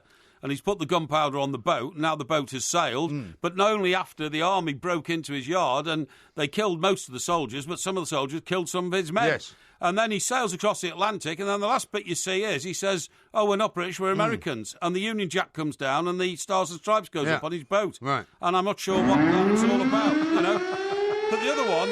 Well, luckily we're out of time now. The other one is the Halcyon. It was rubbish at the end. It was rubbish because a bomb blew up, killed everybody. Well, that finished weeks ago. Yeah, but I mean, I think I should tell you about the final episode. Now, the singer with the heart of gold, the rough diamond singer with the heart of gold, flying in the road, but she's not really dead. Her body's floating above her. And then the band leader, who she fell in love with, walks up and is smiling. And it's all a dream. You know that they're all dead and it's all fantasy. It was very badly done, actually, in the end. Very badly done. Absolutely. Taboo was done brilliantly because it was done by Stephen Knight, who, of course, did Peaky Blinders. Yes, another friend of yours. Series of that. Yeah, a good friend of mine. He gave me a Peaky Blinders hat. Do you know that's not coming out now until at least the end of this year, possibly early 2018? No, you're joking. I thought they made it at the same time as they made the third episode. No. I thought they made them back to back. No, apparently it's not going to see the light of day till at least the autumn. Best programme I've seen for years and years and years. Can't wait. Very possibly. That was Porkyvision. There'll be another one very soon. Send me your appraisals, please, and your thanks. This is TalkSport. On Twitter. The Two Mics. Simulcast across the UK on Talk Sport and Talk Radio.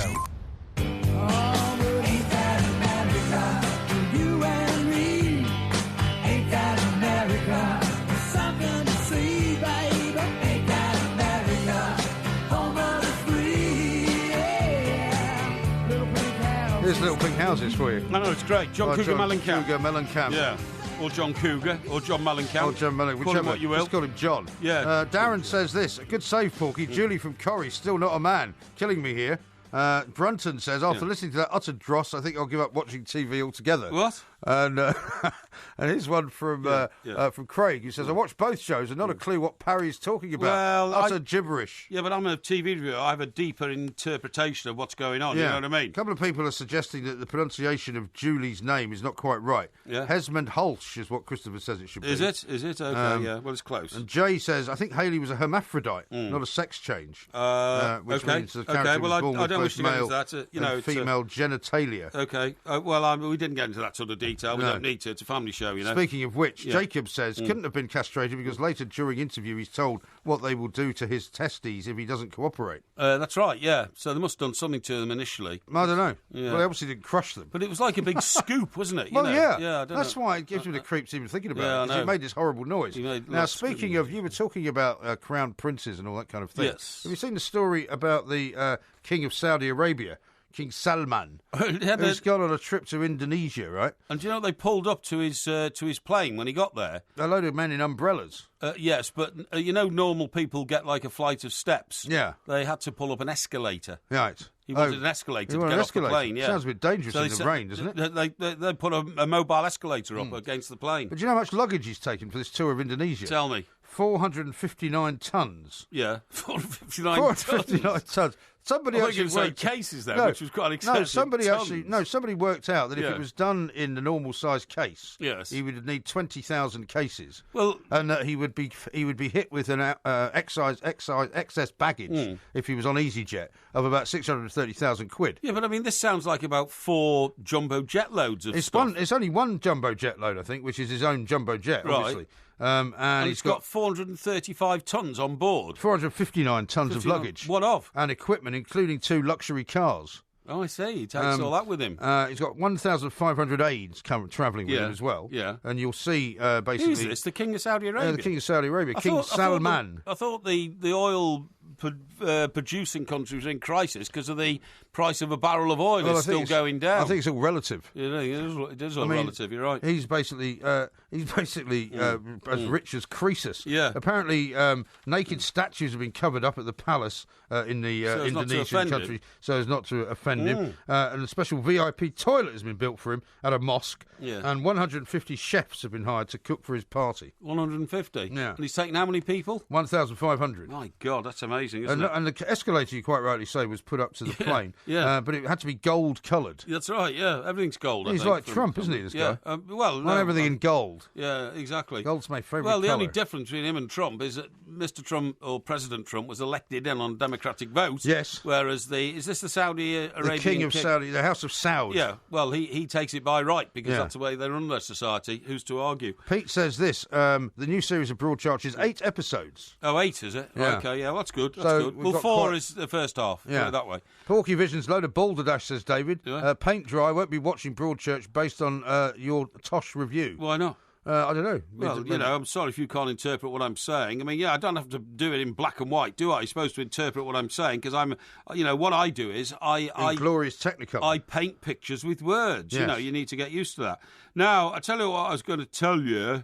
Have you ever been in a situation where you've celebrated somebody's demise or departure, or suddenly for the corpse to come back out of the bath like in Fatal Attraction? Well, do you mean have I ever been in a sort of a scene where attempted murder was going on? Well, no. Listen to this. Mutinous teachers were caught on video drinking champagne and chanting their headmistress would be sacked in the morning. Oh, yeah. She's going to be sacked in the morning, sacked in the morning. Around 100 staff and parents at the primary school threw an impromptu party in Michelle Brindle's office because they believed she had been fired. Why? What do they think had happened to her? What had she done to be fired? Relationships between staff, parents and governors are said to have become toxic since she took over in September. Teachers and assistants had filed 16 grievances. Matters reached a head last week when teachers staged a one-day strike and up to 70 parents protested. The following day, the £85,000 a year head, it's a lot of money for a head teacher. Well, they get a lot of money. It's a secondary school, I presume. No, it's primary school. Really? Primary school head teacher, 85 grand, yeah.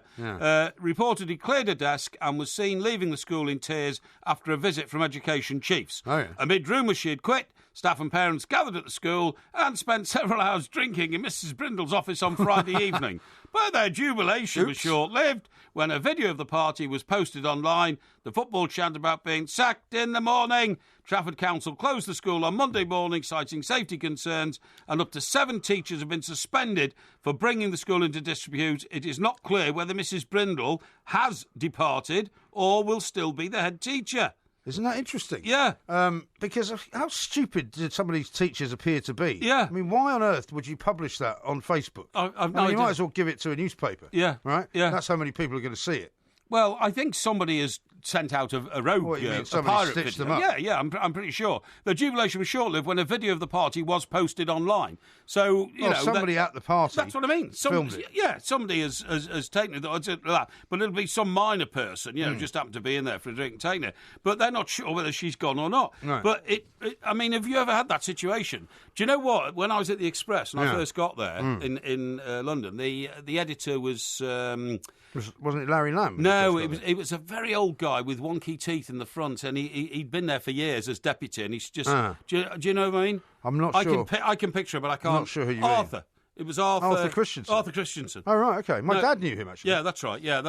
No, it wasn't Arthur Christensen. He was very, very famous. Yeah. This was another Arthur who was an interim between... Nick Lloyd came in when I first got there. Okay. And he took over from this Arthur guy who was interim. Because there was a few spaces where there was a guy, the sort of Nick came after Larry Lamb. Larry, you're absolutely right. Larry Lamb took over. The only reason I'm saying Larry Lamb is because I thought when you told the story of the the wine to wash my car with and all that when you were in New York. Yes, that's right. Yeah. When you got sent to New York, was Larry Lamb the editor? Yeah, Larry sent me. Yeah, right. And then he came over about 3 or 4 months later through that great lunch, right.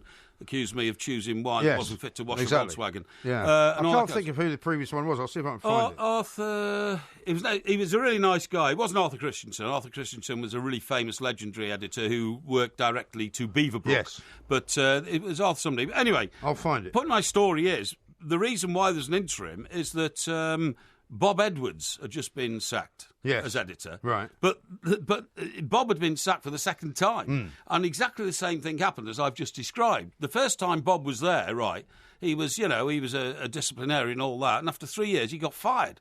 And so, you won't believe it, but down in the old Poppingham, when he got fired, everybody's hurling abuse at him and, Bob, you're a bastard and all that kind of stuff. Everybody threw parties and a lot of people sent him sort of, poison notes.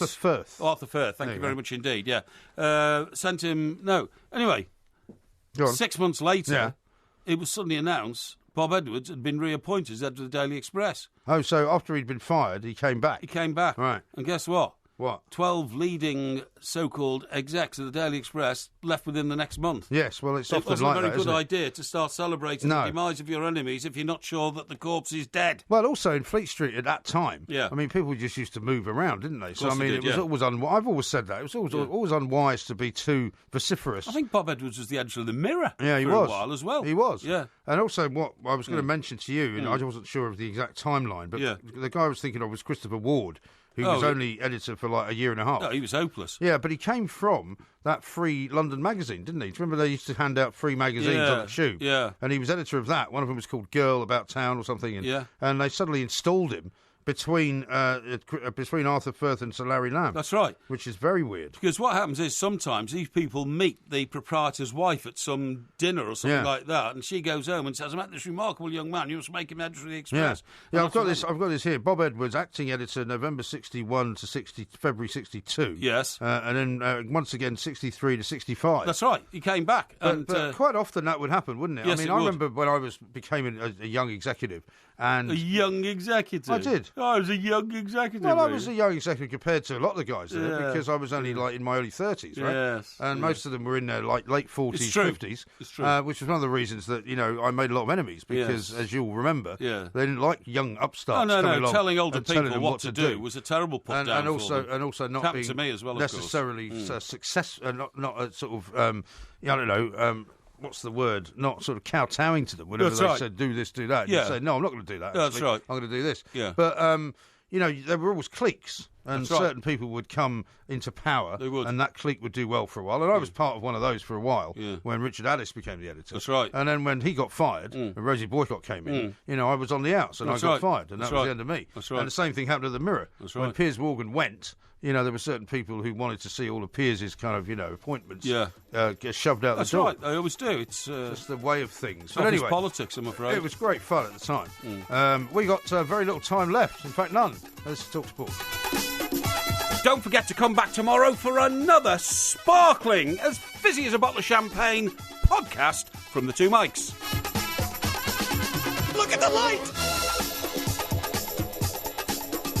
I think they crushed them, actually. No, I think they did. I think there was an indication that, a few minutes later that they'd actually put a lot of pressure on his testicular sack, if you see what I mean. You know what I mean?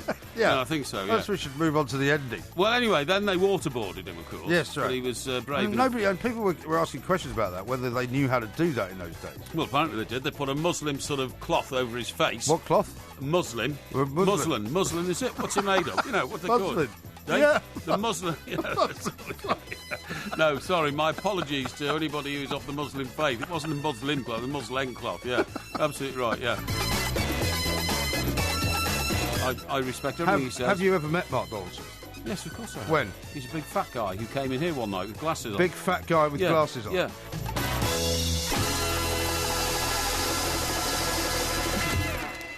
Don't forget to follow the Two Mics at the Two Mics on Twitter and on YouTube.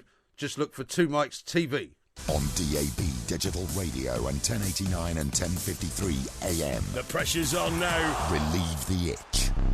Talk Sport. Another one from Guna Chims, who says, Las Palmas play one of best football in La Liga. Why are you reading it in Japanese? Because